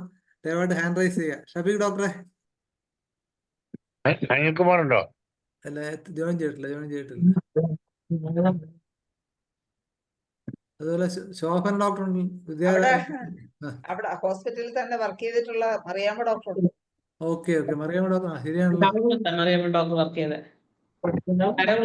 കരവളത്താണ്, നേരിക്കരല്ല. അതെ, മുൻ DMO കൂടിയ മറിയാമ്മ ഡോക്ടറെ. അതെ, നേരിട്ടിങ്ങനെ വർക്ക് ചെയ്തിട്ടില്ല ഡോക്ടറെ. ഞാൻ പുറത്താണ്, അതുകൊണ്ട് അറ്റൻഡ് ചെയ്യാൻ ബുദ്ധിമുട്ടാണ്. ഓക്കെ, സാരമല്ല, ക്ഷമിച്ചു. ഓക്കെ. കുമാരി ബിന്ദുവിനെ വളരെ ഒരു സന്തോഷത്തോടു കൂടി ഒരു അഭിനന്ദനങ്ങൾ അറിയിക്കുകയാണ്. ശരിക്കും നമ്മുടെ ഡിപ്പാർട്ട്മെന്റിൽ കയറിയാൽ മെഡിക്കൽ ഓഫീസർ വലിയ പ്രോബ്ലം ഇല്ലാതെ പോകും. ചീഫ് മെഡിക്കൽ ഓഫീസറും അങ്ങനെ തന്നെ. പക്ഷെ സൂപ്രണ്ട് എന്നുള്ളൊരു പോസ്റ്റ്, അതാണ് നമ്മുടെ സർവീസിലെ ഏറ്റവും ഒരു പോസ്റ്റ്. കാരണം എല്ലാവരെയും മാനേജ് ചെയ്തുകൊണ്ട് പോവുക എന്നുള്ളതാണ് ഏറ്റവും വലിയൊരു പ്രയത്നം. ഒരു ക്ലർക്ക് ഇല്ലാത്ത ഒരു ആശുപത്രി എന്ന് പറഞ്ഞാൽ നമുക്ക് സൂപ്രണ്ടിനെ സംബന്ധിച്ചിടത്തോളം വളരെയധികം ബുദ്ധിമുട്ടുണ്ടാക്കുന്ന ഒരു കാര്യമാണ്. ആകെ നമുക്കൊരു ആശ്വാസം ഒരു ക്ലർക്കാണ്. അതും കൂടെ ഇല്ലാത്തൊരു ആശുപത്രി എന്ന് പറഞ്ഞാൽ നമുക്ക് ചിന്തിക്കാൻ പോലും പറ്റത്തില്ല. കാരണം ഇത്രയും സ്റ്റാഫിന്റെ എല്ലാ സാലറിയും കാര്യങ്ങളും എല്ലാം ചെയ്യണമെങ്കിൽ വളരെയധികം ബുദ്ധിമുട്ടുള്ള ഒരു കാര്യമാണ്. അപ്പൊ സൂപ്രണ്ട് എന്നുള്ളൊരു പോസ്റ്റിൽ വിജയിച്ചാൽ DMO എന്നുള്ളത് വളരെ സുഖമായിരിക്കും എന്നാണ് എൻ്റെ ഒരു അനുഭവം. എന്തായാലും ഈ കാര്യത്തില് ബിന്ദു ഇത്രയും സന്തോഷത്തോടെയും കാര്യങ്ങളൊക്കെ ചെയ്യുകയും ഈ നെയ്യാറ്റിൻകര ആശുപത്രി ഇത്രത്തോളം വിപുലീകരിച്ചെടുക്കുകയും ചെയ്തതിന് പ്രത്യേക അഭിനന്ദനം അറിയിക്കുകയാണ്. എനിക്ക് തോന്നുന്നു അതിനകത്ത് ഏറ്റവും വൈറ്റലായിട്ടുള്ള കാര്യം ബിന്ദുവിന്റെ കമ്മ്യൂണിക്കേഷൻ സ്കില്ലാണ്. അത് വളരെ പ്രധാനമാണ്. ഈ പലരും ഈ മുഖത്ത് നോക്കാനോ ചിരിക്കാനോ പാടില്ല എന്ന് പറയുന്ന അവസ്ഥയിൽ ബിന്ദു എല്ലാവരും വളരെ ഓപ്പൺ ആയിട്ട്, ഞാൻ ബിന്ദു ഒരുമിച്ചാണ് PG ചെയ്തത്. അപ്പം അന്നേ അറിയാം ആ ഒരു കമ്മ്യൂണിക്കേഷൻ സ്കിൽ ഉള്ളതുകൊണ്ടാണ് തീർച്ചയായിട്ടും ഡെവലപ്പ് ചെയ്യാൻ കഴിയുന്നത്. അത് മറ്റുള്ളവർക്ക് ഒരു പാഠം കൂടി ആകണം, അതുകൊണ്ട് പറഞ്ഞതാണ്. ശോഭന ഡോക്ടർ സംസാരിക്കുന്നുണ്ടോ? ഡോക്ടർ ശോഭന രാമവർമ്മ ഡോക്ടറെ ഹോമിയോ. അതുപോലെ ദയവായിട്ട് ഹാൻഡ് റൈസ് ചെയ്യുക, സംസാരിക്കാൻ താല്പര്യമുള്ളവർ ഹാൻഡ് റൈസ് ചെയ്യുക. ഞാൻ ഹലോ. കേൾക്കാം ഡോക്ടർ, പറഞ്ഞോളൂ. ഞാനാണെങ്കിൽ ഞാൻ കേറിയപ്പോ 9 മണി കഴിഞ്ഞു. 9 മണിയല്ല, 10 മണി കഴിഞ്ഞു. അപ്പൊ ഞാൻ ഇങ്ങനെ വല്ലാതെ ദുഃഖിച്ചിരിക്കുകയാണ്. എനിക്ക് കേൾക്കാൻ പറ്റിയില്ലല്ലോ ഡോക്ടർ ബിന്ദുവിന്റെ ഡീറ്റെയിൽസ് കേൾക്കാൻ പറ്റിയില്ല. അരമണിക്കൂർ, ആദ്യത്തെ വൈറ്റൽ അരമണിക്കൂർ ഞാൻ മിസ് ചെയ്തു. ഞാൻ നാളത്തെ യൂട്യൂബിന് വേണ്ടി കാത്തിരിക്കുകയായിരുന്നു. അതുകൊണ്ട് ഞാൻ കേട്ടില്ല. എനിക്ക് വല്ലാതെ വിഷമം തോന്നി, കേൾക്കാൻ പറ്റിയില്ല. Very sorry. ആൻഡ് ഇപ്പൊ എല്ലാവരും സംസാരിച്ചതിൽ നിന്ന് എനിക്ക് മനസ്സിലായി നിങ്ങളുടെ കഴിവിനെ പറ്റി. വളരെ അപ്രിസിയേഷൻ തോന്നുന്നു. ഇനി ഞാൻ കാണാൻ കാത്തിരിക്കുകയാണ്. നാളെ കാണുന്നുണ്ട്. എന്റെ വീട് തിരുവനന്തപുരത്താണ്. ഞാൻ ഇനി വരുമ്പോ നെയ്യാറ്റിൻകര വന്ന് നിങ്ങളെ കാണുന്നുണ്ട്. Thank you ma'am. ശരി, keep it up. We are proud of you. Thank you ma'am. Thiruvananthapuram കോളേജിലെ പഴയ സ്റ്റുഡന്റ് ആണ്, ഐസക് സാറിന്റെ സ്റ്റുഡന്റ് ആണ് ശോഭന ഡോക്ടർ. ഇപ്പൊ ഡൽഹിയിലാണ്. എന്തായാലും ഞാനത് വിളിക്കാൻ പ്രത്യേകിച്ച് കാര്യം, നമ്മൾ പഠിക്കുന്ന ഒരു കാലഘട്ടത്തിൽ നമ്മുടെ ചുറ്റുപാടുള്ള ഡിപ്പാർട്ട്മെന്റ് ആശുപത്രികളൊക്കെ വളരെ വളരെ സാധാരണയിലും താഴെ നിലവാരമായിരുന്നു. ഇപ്പൊ അതിൽ വളരെ മാറി എന്നുള്ളതാണ്. കാലം വളരെ മുമ്പോട്ട് പോയി. എന്റെ ഒരു ആഗ്രഹം എന്ന് പറഞ്ഞാല് കേരളത്തിൽ 34 ആശുപത്രികളിലെ സൂപ്രണ്ടന്മാരിലേക്ക് കൊണ്ടുവരികയും അത് എല്ലാവരും എത്തിക്കുക എന്നുള്ളതാണ് ഞാൻ ഉദ്ദേശിക്കുന്നത്. പിന്നെ കൊല്ലത്തെ സൂപ്രണ്ട് ഇപ്പോൾ ഒരു മെസ്സേജ് അയച്ചിട്ടുണ്ട്, ഡോക്ടർ മിക്കവാറും വരുമായിരിക്കും. അങ്ങനെ ഓരോ സ്ഥലത്ത്. അതുപോലെ നമ്മുടെ ഡോക്ടർ വിനുകൃഷ്ണന്റെ ആശുപത്രിയുണ്ട്, വണ്ടൂർ ചേതന, അതിനെക്കുറിച്ചൊരു വീഡിയോ വേണം. ഇതെല്ലാം കാണുന്നിടത്തോളം തീർച്ചയായിട്ടും ഹോമിയോപ്പതി വളരെയുള്ളൂ. വളർത്താൻ ശ്രമിക്കുക എന്നുള്ള നമ്മളുടെ ഓരോരുത്തരും ഉത്തരവാദിത്തമാണ്. ഡോക്ടർ സനീഷ് ഇനിയിപ്പോ ഇതുപോലെ മറ്റു പല ഹോസ്പിറ്റൽസും കൊണ്ടുവരുന്നു വിചാരിക്കുന്നു, പ്രതീക്ഷിക്കുന്നു. അതെ അതെ അതെ. മേരി ബിന്ദു ഡോക്ടറെ, ഡോക്ടർ എന്താ പറയാനുണ്ട്? പറയൂ, ശോഭൻ ഡോക്ടർ പറയൂ. അല്ല, ഇത് നെയ്യാറ്റിൻകര ഹോസ്പിറ്റൽ അല്ലേ? അതെ, ഗവൺമെന്റ് ഹോസ്പിറ്റൽ. ഓക്കെ. ഞാൻ നെക്സ്റ്റ് ടൈം കാണുന്നുണ്ട്. വളരെ സന്തോഷം. ഡോക്ടർ ഷീജ ബീജ ഉണ്ടോ? ഷീജ ബീജ. അതെ, ഡോക്ടർ മേരി ബിന്ദു ക്ലിനിക്കിനൊക്കെ AC ആക്കി ഇട്ടിരിക്കുന്ന വ്യക്തിയാണ്. ഡോക്ടർ മേരി ബിന്ദു ഉണ്ടോ? ഷീജ ഡോക്ടർ ഉണ്ടല്ലോ, ഡോക്ടർ ഷീജ ബീജ്. എന്തായാലും അവരിനകത്ത് കയറുക എന്നുള്ള സാമൂഹ്യ ബോധം കാണിച്ചു എന്നുള്ള പ്രധാനമാണ്. ഡോക്ടർ തങ്കയുണ്ട്, മെഡിക്കൽ ഓഫീസർ. എവിടുത്തെയാണ് ഷീജ ബീജ്? അതിപ്പോ വർക്കലയാണല്ലോ. മേരി ബിന്ദു ഉണ്ട്. വളരെ നല്ല രീതിയിൽ ഒരു പ്രസന്റേഷൻ കുമാരി ബിന്ദു ചെയ്തു. ശരിക്കും നെയ്യാറ്റിൻകര ആശുപത്രി ഇത്രമാത്രം ഉയർത്തിയത് ബിന്ദുവിന്റെ ശരിക്കും പറഞ്ഞാൽ കൂട്ടായ്മയാണ്. ആ കൂട്ടായ്മയിലൂടെ അവർ ഒത്തൊരുമിച്ച് നിന്നതുകൊണ്ട് ഇന്ന് ഒരു ശരിക്കും ആ റീല് തന്നെ ഏറ്റവും ഹയസ്റ്റ് വാങ്ങിച്ച ഒരു റീലായിരുന്നു നെയ്യാറ്റിൻകര ആശുപത്രിയുടേത്. അപ്പൊ അതൊക്കെ ബിന്ദുവിന്റെ ശരിക്കും പറഞ്ഞാൽ ഈ ഹോമിയോപ്പതി ഉയർത്തണമെന്നുള്ള ഒരു ഉദ്ദേശം മാത്രം വെച്ച് എല്ലാവരും ഒത്തൊരുമിച്ച് നിന്ന് നേടിയെടുത്തതാ. നമ്മുടെ ഡിസ്പെൻസറിയിൽ ഞാൻ ഒത്തിരി ശ്രമിച്ചിട്ട് നമുക്ക് AC ആക്കി എടുക്കാൻ പറ്റി. തീർച്ചയായിട്ടും ഇനി നെയ്യാറ്റിൻകര മുഴുവനും AC ആക്കി സാറ് പറഞ്ഞതുപോലെ ലിഫ്റ്റ് ഒക്കെ വെച്ച് ശരിക്കും ഒരു 5 സ്റ്റാർ ഒരു ഹോസ്പിറ്റലാക്കി മാറ്റണം. അതിന് എല്ലാവിധ ഭാവങ്ങളും പിന്നെ എല്ലാ അഭിനന്ദനം അറിയിക്കുന്നു. ശരി, okay, thank you. Mary Bindu doctor പ്രത്യേക അഭിനന്ദനമാണ്. ഡോക്ടർ മോള് BHMS പഠിക്കുകയാണ്, അങ്ങനെ കാര്യം കൂടെ ഉണ്ട്. അതിന് പ്രത്യേക അഭിനന്ദനങ്ങൾ. കഴിഞ്ഞ തലമുറയിൽപ്പെട്ടവരും മെജോറിറ്റിയും ചെയ്യുമായിരുന്നു. ഇപ്പൊ വളരെ കുറഞ്ഞു വരികയാണ്. ഇത് എങ്ങോട്ട് പോകുന്നുള്ള കാര്യത്തിൽ അല്പം ആശങ്കയുണ്ട്. അത് ഈ പ്രാവശ്യം സൈക്കോളജി. എന്താ സാറേ? ഡോക്ടറെ മിനിസ്റ്ററിനെ കാണണേ. എന്താ സാറേ? കുമാരി മിനിസ്റ്ററിനെ കാണണം. മിനിസ്റ്ററെ, മിനിസ്റ്ററെ കണ്ട ജിപ്സിന്റെ കാര്യം കൊണ്ട് പറയണം. ശരി സാർ.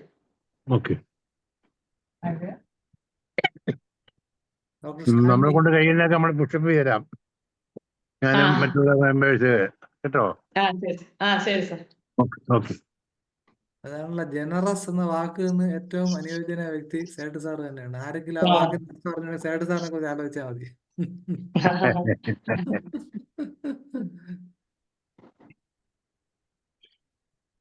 ഡോക്ടർ ഷാജി അൺമ്യൂട്ട് ചെയ്യാമോ? ഡോക്ടർ ജയചന്ദ്രനുണ്ട്, പഴയ തലമുറ ആളാണ് ഡോക്ടർ ജയചന്ദ്രൻ. കേട്ടോ നമ്മുടെ ഗുണകാര്യം. എന്തോ സാറേ? ആ, നമ്മുടെ അനിൽകുമാർ ഡോക്ടർ എത്തിയിട്ടുണ്ട്, നമ്മുടെ ട്രഷറർ ഡോക്ടറെ.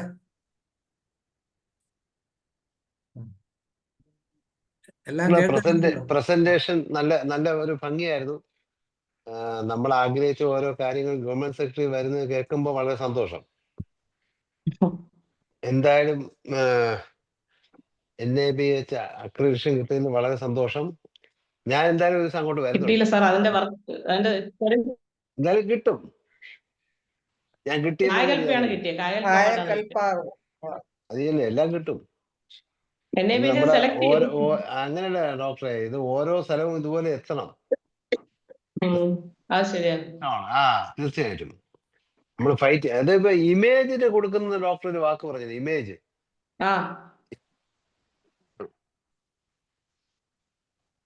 അറിയാമോ ഡോക്ടർ? ഇമേജിനാണ് ഇത് നമ്മുടെ ലാബിന്റെ വേസ്റ്റുകൾ കൊണ്ടുവന്ന് സ്ഥാപനമാണ് IMA. ശരി, അത് നമുക്ക് ഞാൻ പിന്നെ വിളിച്ചോളാം. ഇപ്പൊ പറയുന്നില്ല. അല്ല, അത് സർക്കാരിന്റെ ഓർഡറാണ് സാർ. പരസ്യമായിട്ട് പറയണ്ട. പിന്നെ പറയാം. നമ്മുടെ സെക്രട്ടറി തന്നെ പറയും. സെക്രട്ടറി ഇമേജിന്റെ ആളാണ്, പറയും. ഓക്കെ. അപ്പൊ പറഞ്ഞോളൂ. ഡോക്ടർ ബിന്ദു ഒരു സംശയം, ഒരാൾ ആവശ്യം ഉന്നയിച്ചിട്ടുണ്ട്. പ്രൈവറ്റ് ക്ലിനിക് അപ്ഗ്രേഡേഷൻ അതിന്റെ ഐഡിയ കൂടെ പറയണമെന്ന്. ദിവ്യശ്രീ ആണ്, ഡോക്ടർ ദിവ്യശ്രീ. വീഡിയോ ഓണാക്കി ചോദിക്കോ ഡോക്ടറെ? പ്രൈവറ്റ് ക്ലിനിക്കുകൾ അതുകൂടി എങ്ങനെ അപ്ഗ്രേഡ് ഇപ്പൊ മനോജ് ഡോക്ടറെ, ഇപ്പൊ പ്രൈവറ്റ് ക്ലിനിക്കുകൾ ഇപ്പൊ ക്ലിനിക്കൽ എസ്റ്റാബ്ലിഷ്മെന്റിന്റെ ഭാഗമാണ്. അപ്പൊ എന്തായാലും ഈ ക്രൈറ്റീരിയാസും ഈ സ്റ്റാൻഡർഡൈസേഷൻ ഒക്കെ അതിൽ നിർബന്ധമാണ്. ഇപ്പോ ക്ലിനിക്കൽ എസ്റ്റാബ്ലിഷ്മെന്റ് സിംഗിൾ മാൻ ക്ലിനിക്കിന് വേണ്ടെന്ന് പറഞ്ഞു. ആണോ? അതെനിക്ക് അറിയത്തില്ല സാർ. മനോജ് ഡോക്ടറെ. അതെ, അതായി പറഞ്ഞത്. ഒരു നമ്മുടെ ഡോക്ടർ സീമയോ റെജിയോ വിളിച്ച ഒരു ക്ലാസ് എടുക്കണേ. അതെ, ഓക്കെ. സീമ ഡോക്ടറോ റെജിയോ, അവർക്കാണ്. അല്ല, മുമ്പ് അതിനെ കുറിച്ച് നമ്മൾ വെച്ചിരുന്നു. അതായത് നമ്മുടെ അദ്ദേഹം ഉണ്ടല്ലോ, രാജേഷിന് ക്ലിനിക്കുകളുടെ അപ്ഗ്രേഡേഷൻ അവർ. അതെ, ഡോക്ടർ താര ഈ ക്ലിനിക്കൽ എസ്റ്റാബ്ലിഷ്മെന്റിനെ കുറിച്ച് ഇതിനകത്ത് സെഷൻ വെച്ചിരുന്നു അതിനെ കുറിച്ച്. പിന്നെ ഇതും നമ്മൾ മുമ്പ് വെച്ചിട്ടുണ്ട്. ഇനി ഡോക്ടർ രജികുമാറിനെ ഒരു കൂടെ വിളിക്കുക. ഇത് എനിക്ക് നാഷണൽ ക്വാളിറ്റി അഷുറൻസ്. അതെ, അപ്പൊ ഡോക്ടർ സീമയും ഡോക്ടർ രജികുമാറും ഓൾ ഇന്ത്യ ലെവലിൽ ക്വാളിഫൈഡ് ആൾക്കാരാണ്. നമുക്ക് ഒരു സാറെ കൊണ്ടുവരാനകത്തോട്ട്. പക്ഷെ കേൾക്കാൻ എല്ലാവരും തയ്യാറാവണമെന്നുള്ളത് നമുക്ക് അറിയാൻ പറ്റുള്ളൂ. അതെ, തീർച്ചയായിട്ടും. ജയചന്ദ്രൻ ഡോക്ടർ ജയചന്ദ്രൻ അൺമ്യൂട്ട് ചെയ്യാമോ?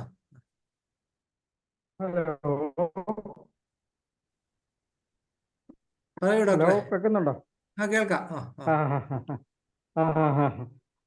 നമ്മുടെ ഡോക്ടർ നാട്ടിന് വേണ്ടി അല്ലെങ്കിൽ നമ്മുടെ ജില്ലയ്ക്ക് വേണ്ടിയൊക്കെ ചെയ്ത ത്യാഗം വളരെ പ്രോത്സാഹനീയമാണ്. നമ്മളൊന്നും പഠിക്കുന്ന കാലത്ത് ഇതുപോലെയുള്ള ഒരു സൗകര്യവും, ഞാനും ഡോക്ടറും ലത്തീഫ് ഡോക്ടർ ഇങ്ങനെയുള്ളവരൊക്കെ പഠിക്കുന്ന കാലത്ത് ഇങ്ങനെയുള്ള ഒരു സൗകര്യങ്ങളും ഇല്ലായിരുന്നു. ഞങ്ങളൊക്കെ എല്ലാവരും ചട്ടിയും കൊണ്ട് നടന്ന് പഠിക്കുന്ന പോലെയൊക്കെയാണ് പഠിച്ചത്. എന്നാലും ഇപ്പോ ഡോക്ടർമാർ ഇത്രയധികം ത്യാഗം സഹിച്ച് ഇത്രയും നല്ല രീതിയിൽ നമ്മുടെ ഹോമിയോപ്പതിയെ മുന്നോട്ടെടുക്കാൻ വേണ്ടി ഒരു നല്ലൊരു ജില്ലാ ആശുപത്രിയെ ഉയർത്തി കൊണ്ടുവന്നതിന് വളരെയധികം സന്തോഷമുണ്ട്.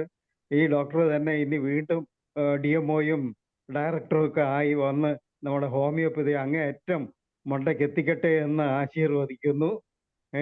അതിനു വേണ്ടിയുള്ള എല്ലാ സൗഭാഗ്യങ്ങളും ഉണ്ടാകട്ടെ എന്ന് ഡോക്ടറടുത്ത് നന്ദിപൂർവ്വം അനുസ്മരിക്കുന്നു. ജയചന്ദ്രൻ ഡോക്ടറൊക്കെ 50-60 വർഷം മുമ്പ് പഠിച്ചതാണ്. അല്ല ഡോക്ടർ, ഏത് വർഷമാണ് ഡോക്ടർ വിദ്യാരാജയില്? 73 ഇറങ്ങി. 73 52 വർഷം.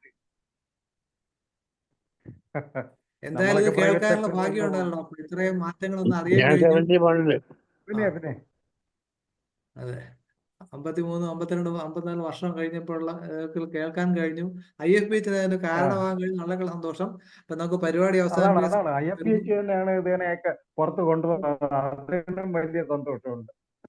അതെ സാർ, തീർച്ചയായിട്ടും. ഇനിയും കുറെ ഹോസ്പിറ്റലിൽ നമ്മൾ കൊണ്ടുവരുന്നുണ്ട്, നമ്മൾ ശ്രമിക്കുകയാണ്. ഓക്കെ സാർ, അപ്പൊ നമുക്ക് പരിപാടി അവസാനിപ്പിക്കുന്ന സമയമായി വരുന്നു. ഡോക്ടർ ഷൈലെ ആദരപൂർവ്വം ദീപ് നന്ദി പറയാൻ ശ്രമിക്കുകയാണ്. എല്ലാവർക്കും നമസ്കാരം. എന്തായാലും മനോജ് ഡോക്ടർ നെയ്യാറ്റിൻകര ഹോസ്പിറ്റലിനെ ഒന്ന് അതിന്റെ പുരോഗമനങ്ങളെ കുറിച്ചും വിശദമായി നമ്മളെ കാണിക്കുവാൻ വേണ്ടി ഡോക്ടർ കുമാരി എസ് ബിന്ദുവിനെ ഈ പ്ലാറ്റ്ഫോമിൽ കൊണ്ടുവന്നു. ഡോക്ടർ അത് അതിമനോഹരമായി സ്ഥാപനത്തിനെ കുറിച്ചുള്ള എല്ലാ വിശദീകരണങ്ങളും നമുക്ക് നൽകി. നമ്മൾ കേട്ടപ്പം നമുക്ക് വളരെ നിസ്സാരമായി ചിലപ്പം തോന്നും വളരെ ഈസിയാണെന്ന്. പക്ഷെ അതിന്റെ പിന്നിൽ ഡോക്ടറും ഡോക്ടറുടെ സ്റ്റാഫും എടുത്ത എഫർട്ട് അത് അനുഭവിച്ചാലേ അറിയൂ. ഒത്തിരി കഷ്ടപ്പാട് ഇതിന്റെ പിന്നിൽ ഉണ്ടായി കാണും എന്ന് എനിക്കറിയാം. എന്തായാലും ആ പ്രതിസന്ധികളെ എല്ലാം അതിജീവിച്ചു ഇത്രയും നല്ല ഒരു നമ്മുടെ കേരളത്തിന്റെ ഏറ്റവും അങ്ങേയറ്റം തെക്കേ അറ്റത്തുള്ള ഹോസ്പിറ്റല് ഇത്രയും പ്രൗഢഗംഭീരമായ ഒരു വിജയം കരസ്ഥമാക്കി. കായകൽപ്പ അവാർഡ് ആദ്യമായിട്ട് ഹോമിയോപ്പതിക്ക് വേണ്ടി വാങ്ങി. ഇതൊക്കെ അറിഞ്ഞതിൽ എന്തായാലും വളരെ സന്തോഷം. അതിനുവേണ്ടി പ്രവർത്തിച്ച കുമാരി എസ് ബിന്ദു ഡോക്ടർക്കും കൂടെ പ്രവർത്തിച്ച സ്റ്റാഫിനും എല്ലാവർക്കും എല്ലാവിധ ആശംസകളും നന്ദിയും അറിയിച്ചുകൊണ്ട് ഡോക്ടർ നന്ദി അറിയിക്കുന്നു. ഒപ്പം തന്നെ ഇന്ന് സൂം പ്ലാറ്റ്ഫോമിൽ ഉണ്ടായിരുന്ന എല്ലാവർക്കും IFPSന്റെ പേരിലുള്ള നന്ദി അറിയിക്കുകയാണ്. വളരെ സന്തോഷം. ഇനി മറ്റൊരു വിഷയവുമായിട്ട് ഡോക്ടർ വീണ്ടും വരണമെന്നുകൂടി പറഞ്ഞുകൊണ്ട് നിർത്തുന്നു. നന്ദി. എനിക്കും എല്ലായിടത്തും നന്ദി. IFPSന് പ്രത്യേകിച്ച് മനോജ് ഡോക്ടർക്കും എല്ലാവർക്കും നന്ദി. ഇതോടുകൂടി 1862 ദിവസത്തെ സൂം ഇവിടെ അവസാനിക്കുകയാണ്. നാളെ ഇതേ സമയം വീണ്ടും കാണാം എന്ന പ്രതീക്ഷയോടെ നിർത്തുന്നു. ശുഭരാത്രി നേരുന്നു.